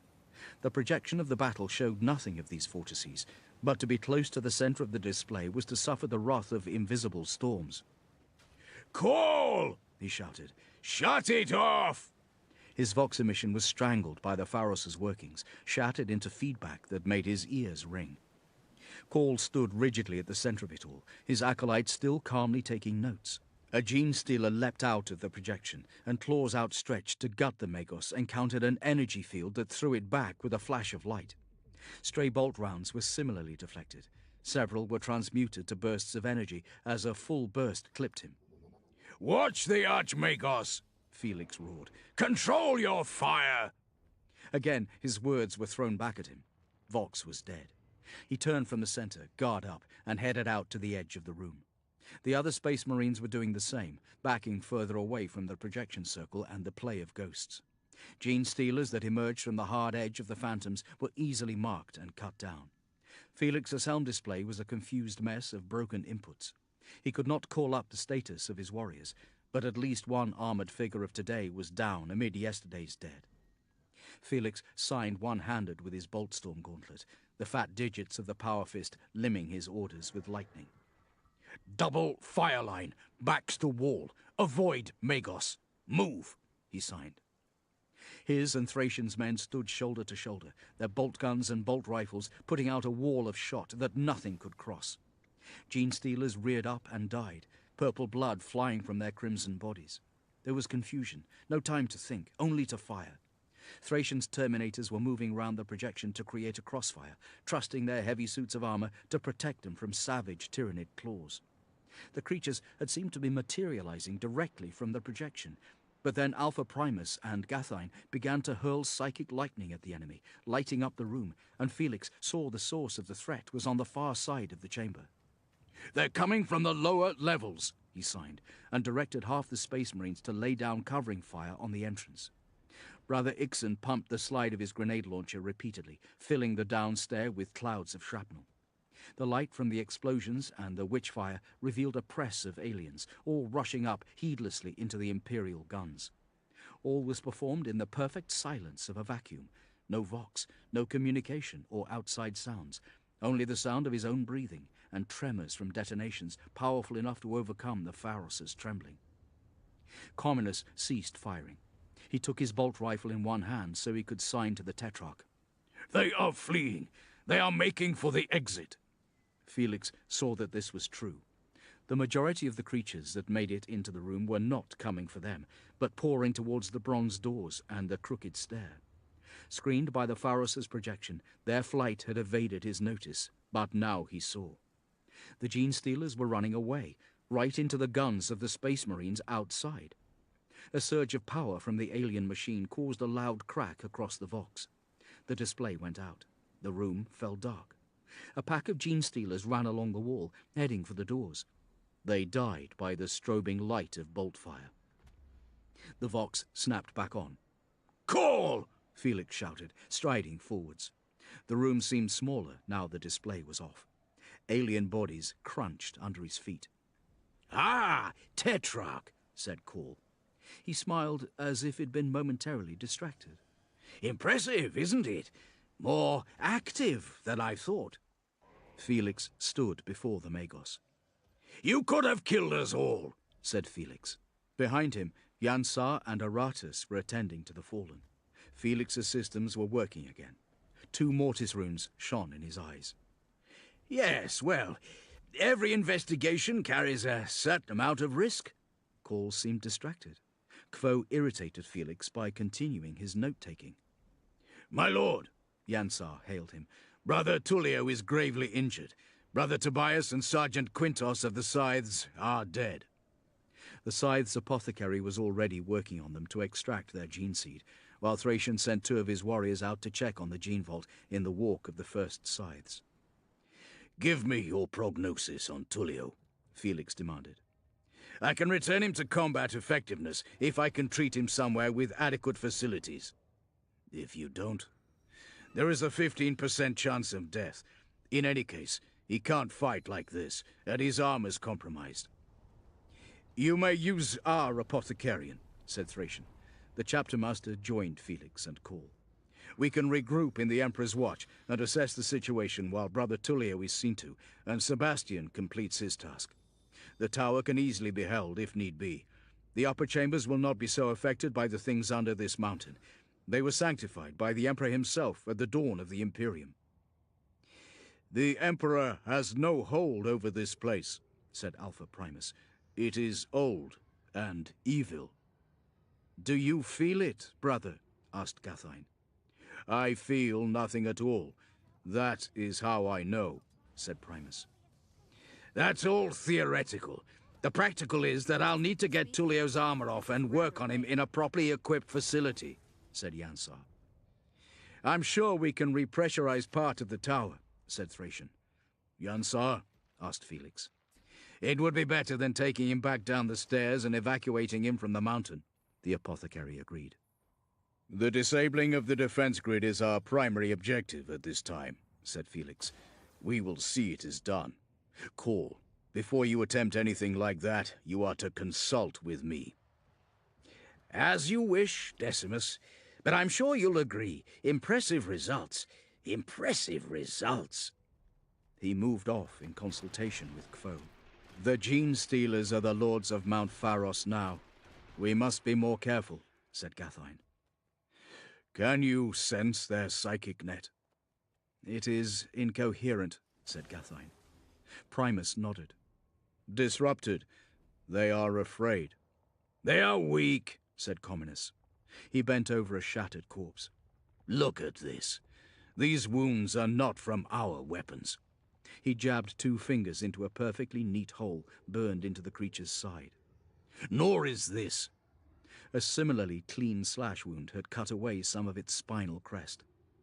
These look like particle beam wounds. They were fleeing, said one of the Scythes. His nameplate proclaimed him to be Keltru. Both his legs were bionic replacements. Felix nodded and looked down the stairs. From the Pharos. The engines are still running, said Dalus. He datapulsed a screed of readings to the Tetrarch. I'm seeing ghost echoes of energy spikes everywhere. What has Belisaria's call done? Chapter 13. The Lords of Mount Pharos. I've checked over the monastery systems, and we can refill these 3 levels with atmosphere, said Dalus. Felix watched the tech marine move his finger through the hololithic image projected by Communus's forearm comms unit. The image was semi-transparent, showing all the layers of the fortress monastery. The central tower of the Emperor's Watch clung to the very top of the mountain, its footings sunk right into the basalt encasing the Blackstone. The rest of the fortress had grown up around it, though never engulfing the uppermost levels of the tower. It spread out and down the mountainsides. In the Cartolith, the Pharos itself was in absence, an unscannable block of darkness beneath the fortress. These levels include the Apothecarian and the upper armories, said Thracian. It would be useful to both the Chosen and to the Scythes to have these parts pressurized. They were in the Vigilatum, a cylindrical central hall that rose fully halfway up the tower's height. Balustraded galleries overlooked the plunging drop, statues of space marines at every major support. Stairs wound their way up the interior, linking the landings. A set of blast doors, currently sealed, led onto the stairs going down into the Hall of the Founder. What about power? Said Felix. The reactor is out and cold, said Call. It would take several days and much fuel to reignite. However, there are indications of power output separate from that of the mountain that bear Imperial wave signatures. These will be the chapter's emergency battery systems. It should be easy to bring them to wakefulness. They will provide days of power, if they were fully charged before the monastery's fall. Then power and air are to be restored as secondary objectives. As a matter of priority, communications must be established with the fleet and with Odessa port, said Felix. The primary objective remains the deactivation of the defense matrix. A simple input of the armory codes in the primary armament cogitation systems should be enough to shut it down, said Sebastian. His finger moved down the tower's length to the very bottom, where a series of chambers sheltered beneath more than 300 feet of rock. The Defensa Strategium Center is here, well below the peak. The codes were not accepted remotely, said Felix. What if your main systems have been compromised by the mountain, like the gun on the wall? Asked Dalus. Then I will excise the Xenos intrusion, overload the cogitators, and destroy the control systems, said Sebastian, leaving the weapons intact. If that does not work, then the guns can be spiked remotely. How long will that take? Said Felix. 2 hours, maybe less, said Sebastian. There are many armored doors between here and there. If they do not respond to chapter ciphers either, I shall have to cut my way through. Tronkus and I will help you, said Dalus. It will be an honor to watch you work, Forge Master. Tronkus nodded. Sebastian shook his head. Those of us with insight into the mysteries of Mars should divide our efforts, said the Forge Master. Accomplish all mission objectives at once. You are tech acolytes. You should re-engage the life support systems while I deal with the weapons. That is the most efficient course of action, said Quo 87. Quo 87 and I will attend to the power sinks, said Call. Then Tronkus and I will take environmental control, as the Forge Master suggests, said Dalus. Brother Esau will accompany you, Forge Master. Brother Eulus shall go with Dalus's party, said Thracian. I will be gladder if you are properly protected. I will go with Sebastian also, said Alpha Primus. Brother Esau will be sufficient, said the Forge Master. Then I will accompany Dalus's group, said Primus. Who will watch over the Archmagos? Said Thracian. The Archmagos will, scoffed Call. I'm perfectly capable of protecting myself. He raised up his weapons and spun them around. I do not require primers to be safe. The power sinks are isolated. Quo and I will be fine. A better combat efficiency will be achieved if he travels with Dalus. The environmental controls are most central, and therefore the group there will be swiftest to respond to calls for aid. It makes sense they be the biggest company, and that Primus be most able to respond should something go wrong. He is the most gifted of you. Quo 87 and I will not be long. We will join the central group once we have power restored. Felix reluctantly agreed. Stay vigilant. Auspex scans indicate no life forms in the tower, but that does not mean there are no hibernating organisms here. Deactivate the weapons. Get those cannons offline. Communus will guard the lower stairs with Cadmus, he continued. Gathine will accompany me to the tower summit. We will check the Citadel communications mast preparatory to reopening channels with the fleet. Yansar has already gone to the Apothecarian and begun stabilizing Brother Tullio. I and the remainder of my men will head to the armory to retrieve our chapter relics, said Thracian, and prepare for the internment of our dead and the gene seed in the tombs. From the armory, my warriors will be able to act as a second rapid response force if the enemy attack. You are sure I will be able to overcome the Pharos' interference from the top of the tower? Felix asked. Our main communications array is powerful, said Thracian. You will have no difficulty contacting the fleet from that altitude, even with the Pharos awakening. Thracian looked to Sebastian for confirmation. It should be the case, said the Forgemaster. I may be wrong. I've never seen interference like this. It is probable that you will have limited time. The mountain's strength is growing. Then I will depart immediately. Once we have contact, I will order our dropship up to the northern landing pad the moment the Fortress Monastery defenses are offline, said Felix. Dalus tells me it is the most intact. And then the real work can begin, said Call. We shall meet here again in 3 hours, said Felix. Set mission count. In a dozen Space Marine helmets, miniature chronographs blinked to 0. Begin, said Felix. Dalus watched Eulus through his autosensors. The Scythe was watching him back. They are hiding something. Felix had told them all of Cadmus's warning. The corridors appeared as clean as if the Fortress Monastery was still operational, but then they would pass the wreck of one of the servitors that had serviced the place, its metallic components scattered and picked clean of organics, and the illusion broke. Truncus was following the lines of piping along the ceiling. They reached a junction, and the group paused while... What do you mean?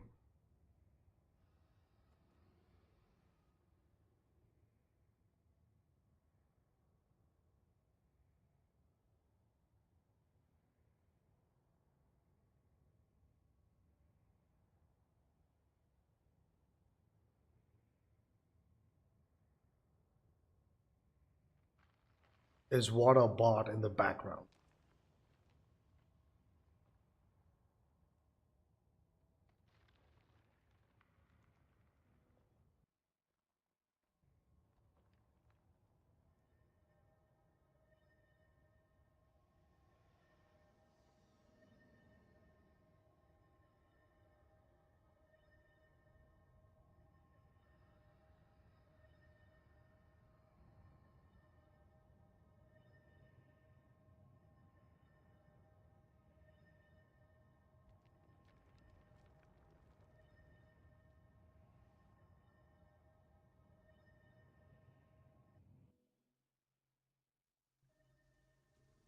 Also, I don't know how long the delay is between the chat right now.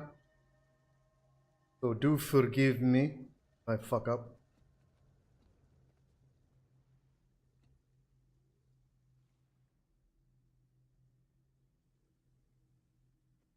Walk south and west.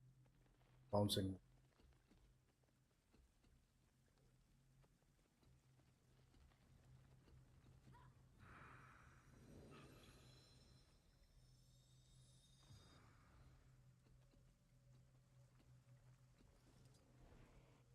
Wait, where is this bouncing mushroom?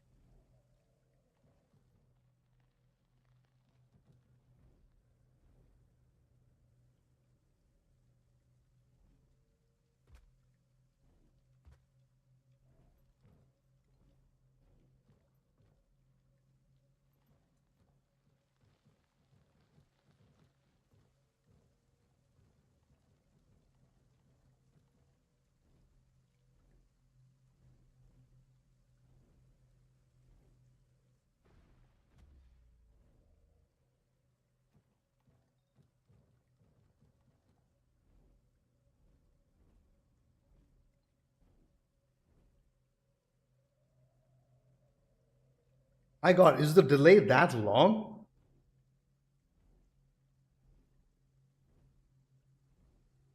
Or am I just like fucking...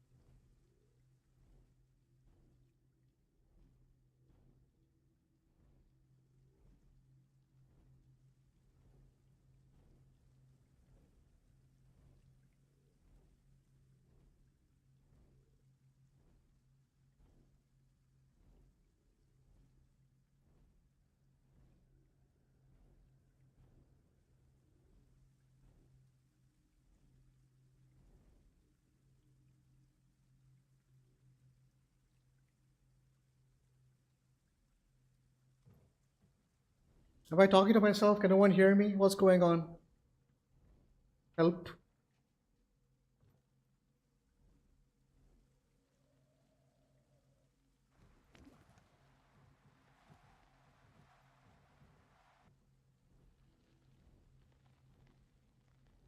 Oh, is it that one?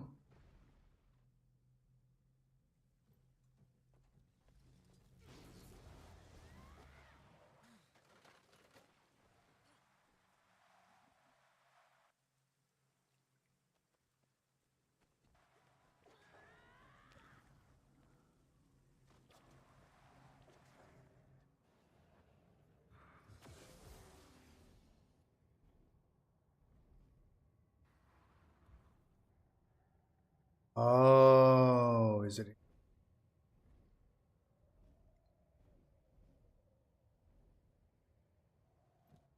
Oh, fine. Very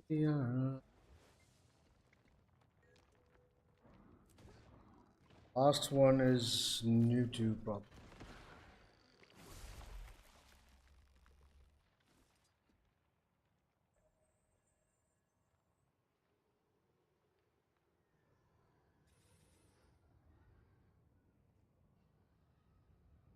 Okay, new to propagations here. How do I get there? Is that through the?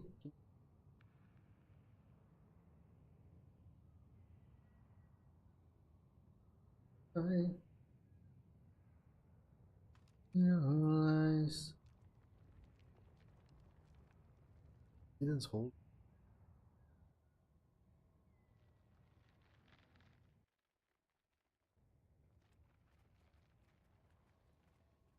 Can someone say something so I know they can hear me?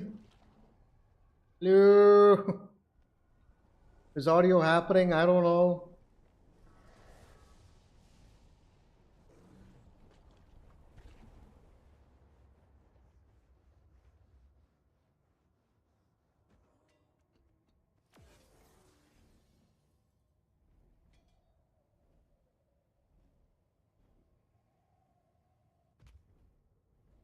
Audio's all good? Okay. Oh, the friend of mine asked me something and she's not replying, so I'm wondering what the hell happened.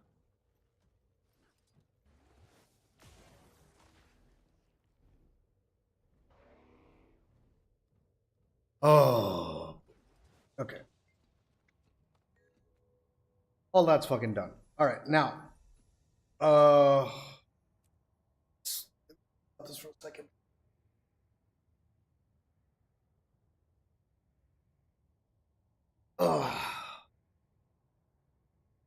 What do I need to do now?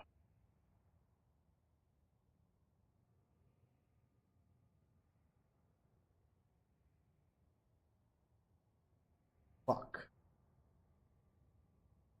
Fuck.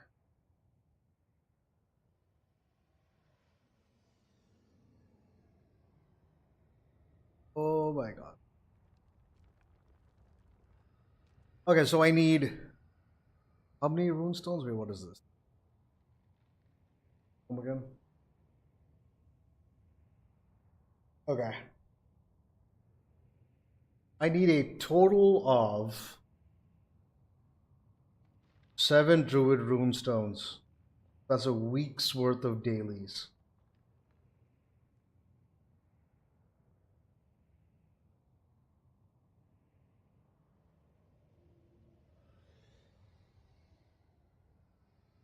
Okay, so I have to come back for the next 7 days and get rune stones and also get these various items. Actually, can I get these various items already?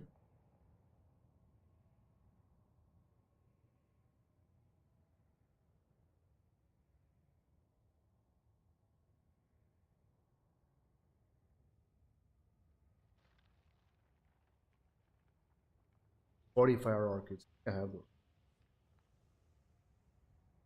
Yeah, I got plenty of those. Okay, let's go get the items ready for.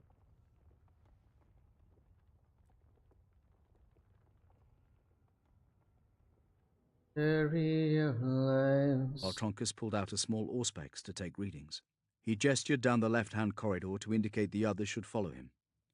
Your brother does not speak much, said Alpha Primus softly. Dalus made a noise of amusement. Tronkus doesn't speak at all. Dalus waited for Alpha Primus to ask. You could build a picture of a man's mind by letting your senses hang and seeing where their curiosity took them. They always wanted to know when you were hiding something. In Dalus's experience, it was how they asked you that let you look into their minds. Why? Alpha Primus said eventually. Because when Tronkus met the Primarch, he was awestruck. He fumbled his words, he babbled, he made a fool of himself. He felt that he had so disgraced himself, that he had gone so far from what he thought a Tech Marine should be, that he went down to his chapter armory and burned out his own tongue with a plasma cutter. Really? Said Alpha Primus. He affected an emotionless air, but could not conceal his interest. Yes, said Dalus. You'd think an oath of silence would suffice, but Tronkus never does things by halves. You have to imagine that a plasma cutter makes a mess of a man's face. He could have killed himself. He should have been executed, but his chaplain enforced penance, and they let him live. Emperor alone knows why. Maybe we shouldn't be surprised. Guilliman can have that sort of effect on people.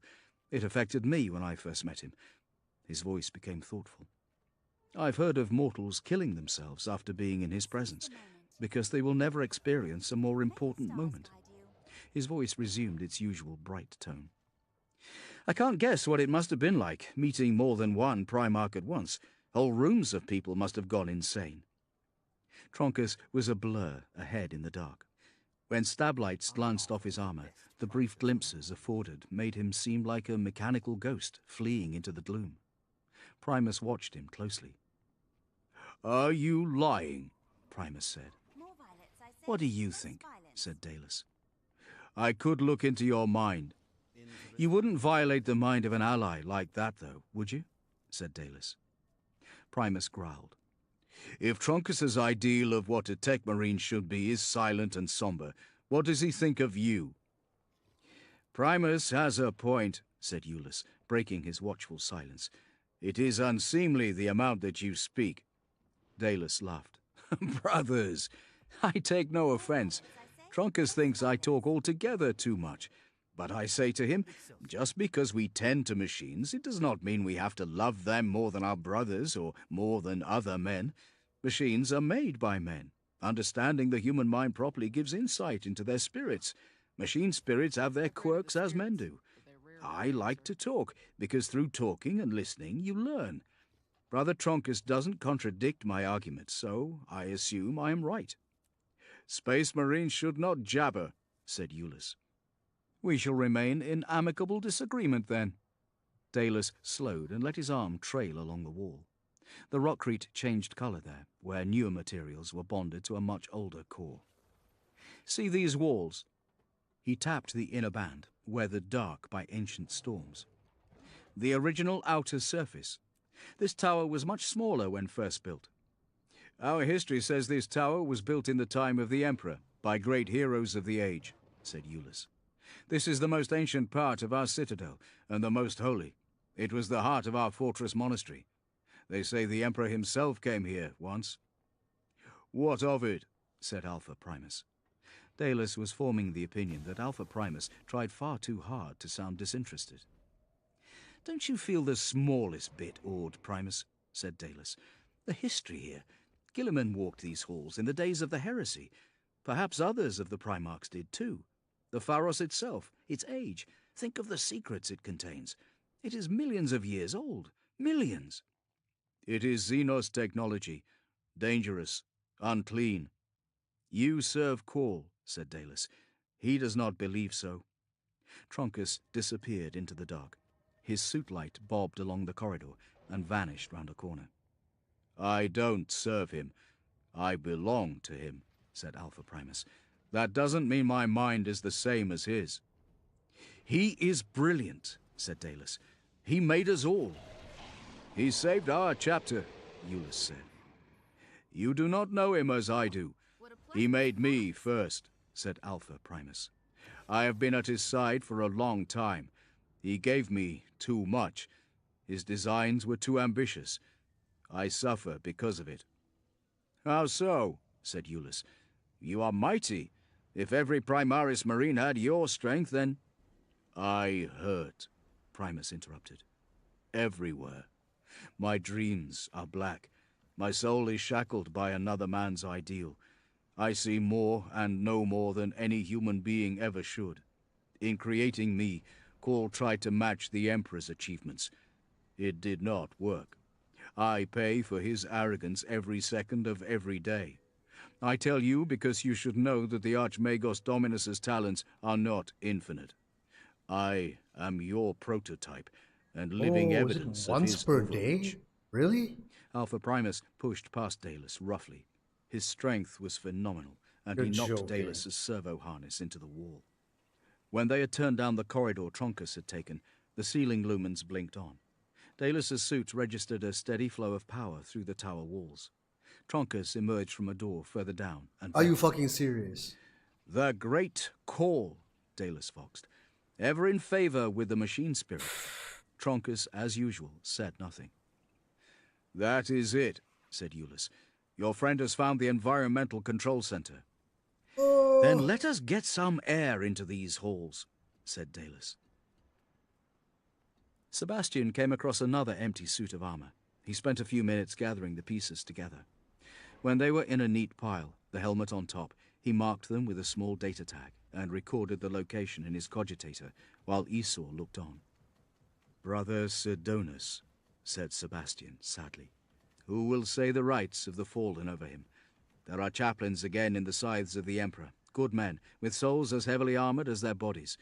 But though they may say the words and feel the sorrow of laying a brother to rest, they were not here when Sotha fell. They can never understand how we suffer.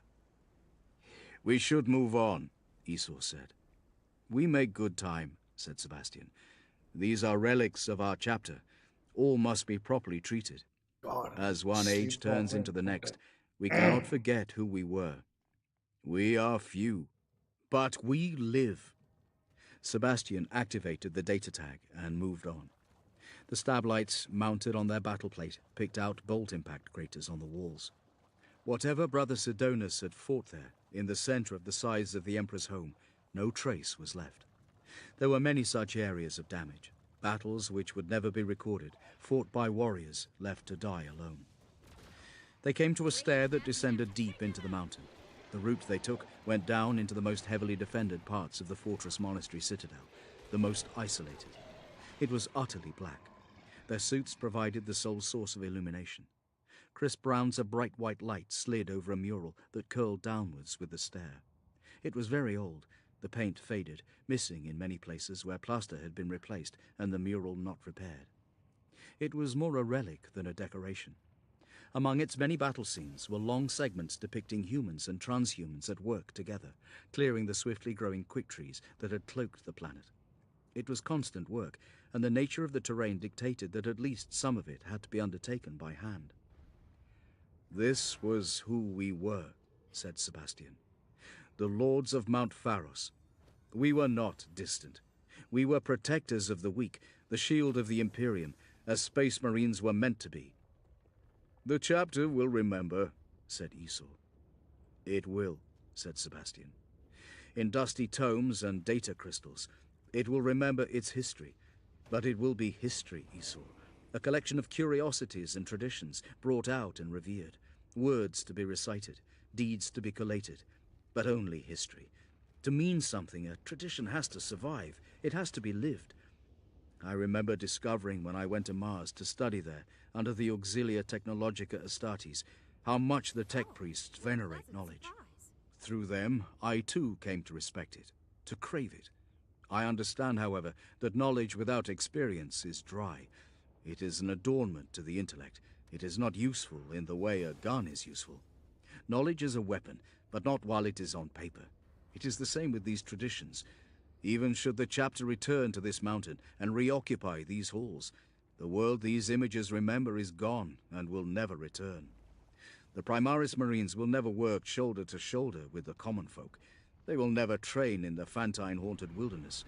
They will never learn to love the wilderness and the peace of this world as we all did, no matter our origin. Our people are devoured. The forests are gone. Thracian believes Call can bring it back, said Esau. He swiveled the massive shoulders of his Terminator armor to play his suit light over a stylized image of Mount Pharos. Sothopolis was painted around its base. The chapter fortress stood over all, depicted larger than life, the guarantor of the planet's safety. Call can deliver a facsimile. Nothing can bring back the past. The stairs turned from stone to metal. The walls became embossed panels of plasteel. At that point, the Emperor's watch left the rock behind, its roots thrusting down into a great emptiness. The battery command center and void shield control systems were located safe at the center of a cavern. I remember the jubilation the day the Primaris contingent joined us. One That pixel. feeling that we were saved, and we were. The scythes of the Emperor would survive, but as something new. The old days are done, Esau. It is not our job to bring them back, but to lay them to rest. We have one last task to perform before that can be so. We must find the source of the evil that took us and expunge it. We have to recover our honor. Do you think Thracian can do it? He suffers great shame and anger. Are you suggesting it clouds his thinking? No, Forgemaster. You should not. Fury makes him stronger, Sebastian said. His fury will see this task done. He will look into the eyes of the foe, and it will not be able to stay his hand. Then we need to hurry. Soon there will be too few of us left to see the task done. The first of several heavy blast doors barred their way. When it refused to open, Sebastian went to the side and began to cut into the plasteel plating. We will do it, brother, though it will kill us all. Plasma lights played over the angular planes of his helm. When we have accomplished the final mission of the scythes of the Emperor, we last few may fade, and leave the future to others. Let us pray our shame goes unrecorded. Yansar's stablight was bright and large, intended to illuminate his surgery when in battle, so it lit the powerless apothecarian well enough. His sole patient lay on the diagnostic slab of an autochirurgeon. The machine's spindly arms were pulled in like those of a dead insect. Whether it would work was as yet untested. He'd run diagnostic analysis on it through his own systems, but though the mechanism appeared whole, he couldn't be certain its data looms were entire. He was no machine priest. The look of the rest of the apothecarian didn't imbue confidence, and he'd already decided to perform the surgery himself. The place had been thoroughly smashed by the invaders. He had heard it was often the way with the Tyranids. Mess halls and Medicae, he said to himself. Easy sources of organics for the invaders to consume. The apothecarians of the Space Marines contained genetic material of rare potency. Tullio was in a bad way. Jean's sealer claws were sharper than scalpels and many times stronger. They cleaved through ceramite as if it were a minor inconvenience. Tullio's breastplate was a shattered mess. The claws had gone deep, and Space Marine bone posed less of an obstacle than Space Marine armor. Scans suggested deep tissue trauma beneath the broken box of his ribcage, but the real problem was that, until the atmosphere was restored, there was nothing Yansar could do about it. Sealant foams exuded by the damaged armor's cellular substructure had glued shattered bone, flesh, and ceramite into an unholy mess. In this case, the genius of the armor's construction worked against the apothecary. His vox bead chimed. Tetrarch, he said. Yansar, how is your patient? Stable. There's not much I can do for him yet. The facility is badly damaged, but I should be able to treat him effectively if I can get his armor off. He's sedated right now. I've given him medicaments to forestall the activation of his mucranoid and the Belisarian furnace. If he goes into a deep healing coma with his armor crushed into his chest, it will kill him. I need an atmosphere in here. Understood. Try to bring him back to combat readiness if you can. I have reached the communications array and am standing by for power restoration. You cannot reach the fleet yet? Negative. The comms array was damaged and the Mountain's voice is too loud. They will not hear me without a significant signal boost. Should Call achieve his objective, all will be well. If we cannot restore power, I will have Ixen return down the mountain and out of the interference shadow while Gathine attempts psychic contact. Keep me apprised of Tullio's condition. Yes, my lord. Before you go, there is something I feel I should report. Go ahead. When I brought Tullio here, I performed a quick investigation of the Apothecarian facilities. You found something? When I reached their gene seed vault, I discovered that some of the storage containers had been removed, but not all. Those remaining had been cracked open, and the material inside consumed by the enemy. My question is, my lord, if the Scythes had time to retrieve any of their gene stocks, why not take them all? Why did they leave some of it behind? A question I hope we will have answers for soon, Yansar. Felix, out. Felix cut the channel. He was at the highest point of the Emperor's Watch, a turret projected from the main building. It was slender, not much use for defense, but a good place for a comms mast. A collection of rods and resonator coils, the mast had been tall enough that it could broadcast over the rumpled bustle of hills and lesser peaks behind the mountain into the valleys beyond. The main emitters were down. About halfway up, they'd been cut diagonally across by bioplasma, leaving the upper part dangling by twisted cables, which Felix had had to cut away. But enough of the smaller aerials remained. He knelt by the base of the tower, lead snaking from an open panel in his arm to connect him to the array. After speaking with Yansar, he cycled through the various groups within the fortress monastery. Dalis, Ixen and Austin, then Comminus and Cadmus, then Thracian, and, last of all, Call. You have it working, my lord, said Gathine, returning through the access hatch from a patrol of the tower's uppermost chambers. I do, said Felix. Call sends an automated message. Thracian answered me with the most perfunctory response, and Sebastian gave me a vox click. So, although I can hardly say I've been met with the acme of Imperial cooperation, we at least have the option of contact. Gathine nodded. His helm was bulky with his psychic hood. He was imposing when helmeted, disturbing in a way that other space marines were not. In his reaction to Gathine's abilities, Felix wondered if he was experiencing an echo of the unease mortals felt when facing him. A librarian was an object of mistrust and awe, even to another space marine. We are in a stronger position if we can communicate with the fleet. Communicating with the Void should be simple enough, said Felix. If Call can provide us enough power to boost a signal over the Pharos' voice, we shall know in a few minutes. I will prepare myself to speak mind to mind, in case the objective is not met. Do so, said Felix, although I would prefer you to save your strength. This mountain is not done surprising as yet. If I weary myself, you have Alpha Primus. He is a rare talent. He is very powerful, said Felix. Far more powerful than I, said Gathine. I tried to look inside him, but he stopped me, and I would not dare attempt to skim the mind of Call for fear of Primus's reaction. What manner of creature is he?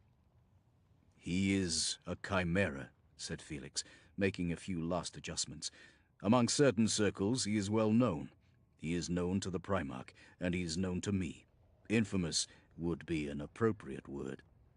For his deeds or his nature? Felix didn't answer immediately, but looked up from his comms panel. I will tell you what Robute Gilliman believes him to be. Then you may decide yourself. This is information of the highest order of classification, but you, as a member of my bodyguard, must be aware of all threats. Do not repeat what I am about to say. Then you believe him to be a threat. That is good, said Gathine. A gift like his makes for a fickle ally. You have my word, I will speak to no one of what you say. Primus was among the first of us, said Felix.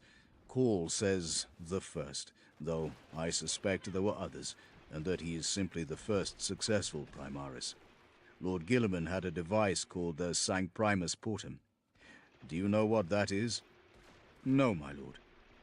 It is a repository of all surviving information pertaining to the creation of Lord Guilliman and his brothers. The Emperor's greatest work. It is incomplete, so I was told, or else I doubt Guilliman would have given it to anyone, let alone Belisarius Cawl. Cawl was commanded to use the information contained inside to create a superior breed of space marine, which he did. But he is prone to flights of fancy. His ambition knows few limits. For example, he was expressly forbidden from putting space marines from the fallen Primarch gene lines into full production. He experimented with them? Said Gathine in amazement. Cawl is a follower of the Emperor as Omnis Sire. He believes the 18 gene lines to be part of a sacred plan, and that plan will only function properly if all its components are utilized. Lord Guilliman disagrees. Is Primus one of these abominations? Not quite. Lord Guilliman believes that Alpha Primus is something more than a prototype. He is a personal project of Cawl's. He has certain gifts that no others have. His psychic ability is only part of it. Did he attempt to reproduce the Emperor's work? I have no doubt Guilliman would have killed Cawl had he gone that far. Primus is a space marine, not like the rest of us perhaps, but a servant of the Imperium nonetheless, and Adeptus Astartes. He is no Primarch. Not even Cawl would dare to attempt something that audacious. Even so, he abused Lord Guilliman's trust. Our Gene Father does not approve of Primus, but he could not object. He was in his death state while Cawl worked. Nobody knew of Primus until he appeared one day at Cawl's side. You were not present at the Ixian campaign. I am not like you, my lord. You were born when the Imperium was young. This is my century. I took little part in the Indomitus Crusade, but who has not heard of the Ixian campaign? Primus appeared there in public for the first time, but when I encountered him, I was certain I'd met him before.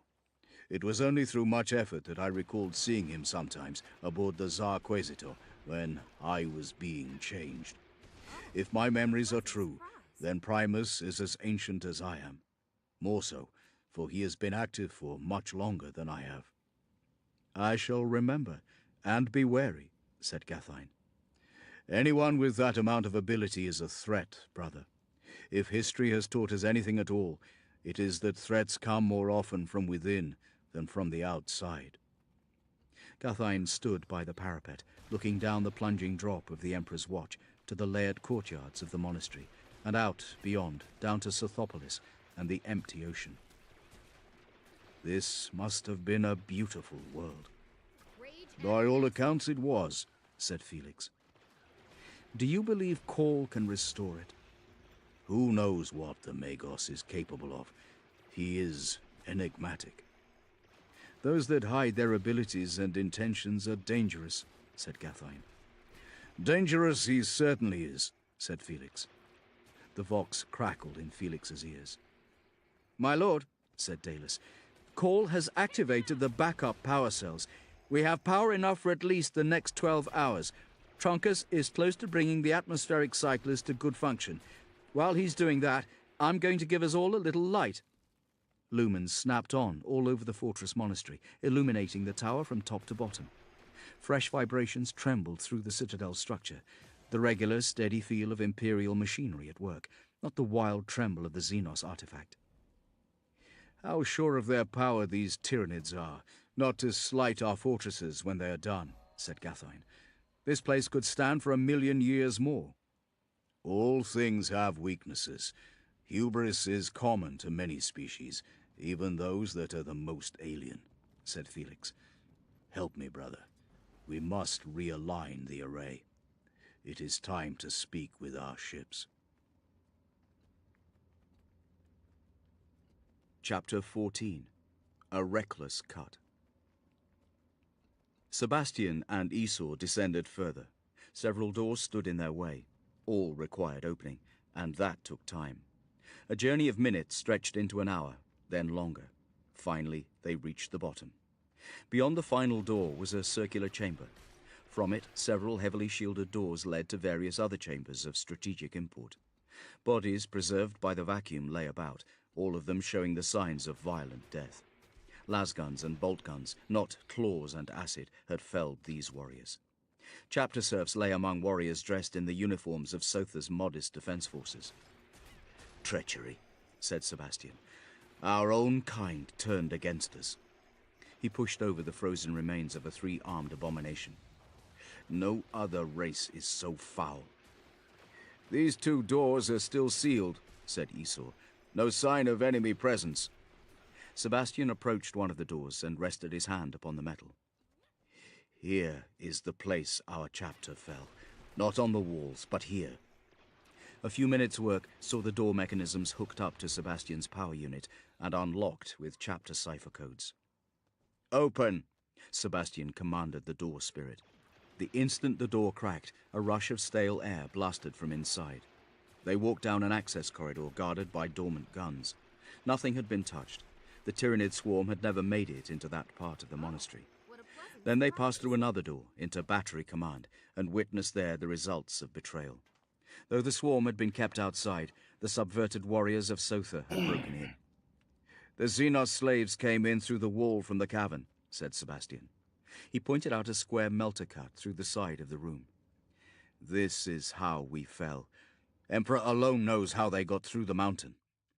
He strode forwards into a scene of battle preserved by the airless dark. Mummified corpses lay everywhere. Many were mortal servants of the chapter, their uniforms discolored by spilled fluids and covered with frost.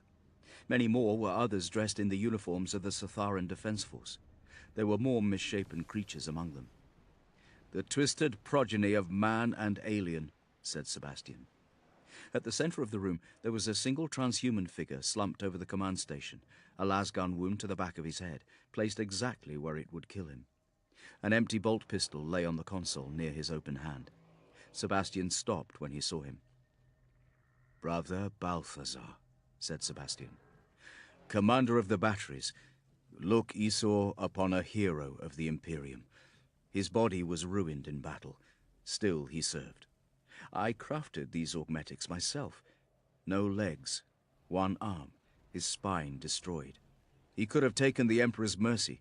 He could have requested a dreadnaught's tomb, but he opted to retire here, where he might serve more. He always loved the biggest guns." Sebastian looked around at the corpses in the room. All had died violently. A couple of skeletal figures not far from the battery commander lay savagely embraced, hands locked about each other's throats. 300 years of loyal service, said Sebastian. Treachery was his reward. They shut down the guns and the void shields.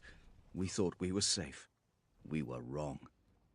Sebastian stood in silent contemplation a moment, surveying the room as if it were a shrine. Then, with a sudden growl of active motors, he began to move briskly, the arms of his servo harness picking up the corpses and moving them aside. Frozen limbs broke from torsos. Skulls wearing cracked masks of skin bounced along the floor. "Esau, aid me. Remove the dead from here. I must access the control panels." As they worked, the room thrummed to the surge of returning power. Screens came on under corpses welded to them by blood and ice. "The Archmagos has done his part," said Sebastian. "Time for us to do ours." He went to the desk and blew frozen blood out of a primary input port with a jet of hot compressed air. A mechadendrite emerged from his backpack and extended, a data spike emerging from its spinning end. The spike plunged home. "Curious," said Sebastian. "I'm not getting any response from the Fortress Monastery datanet." "Forgemaster," said Esau. "Is this the cause?" Sebastian looked to where Esau was pointing his mechadendrite, extracting itself and retracting as he turned. Not far from the Xenoslave's ingress, the room was breached a second time by a silver spear of metal which split into smaller threads and wormed their way into the casings of machines. Invisible in the dark, they glinted malevolently under the revived lumens. Xenos subversion tendrils, same as on the parapets. More blasphemy. Scanning beams played over the tendrils from Sebastian's armor as he approached. By Mars, it's in everything. He went closer to the main root of silvery metal. I dare not sever this. He walked alongside the spread of filaments, following one thread as it split and split again. Here is the defense laser matrix, he said, reaching a boxy cogitator casing. An arm lifted upon his back. The plasma cutter ignited. Forgive me, spirit of this mechanism, for what I must do, he intoned. This will not be an elegant repair, Sebastian said to Esau. If I sever these linkages, it should remove the Xenos influence from the main battery. Once it is expunged, we will remotely spike the guns, and the fleet will be able to draw near. We have no hope of saving them, not without risking their use against our own ships. He ran his hands along the path of the silver thread, not quite touching it. Cutting this will provoke a response from the mountain. You must watch over me. Do not trust what you see.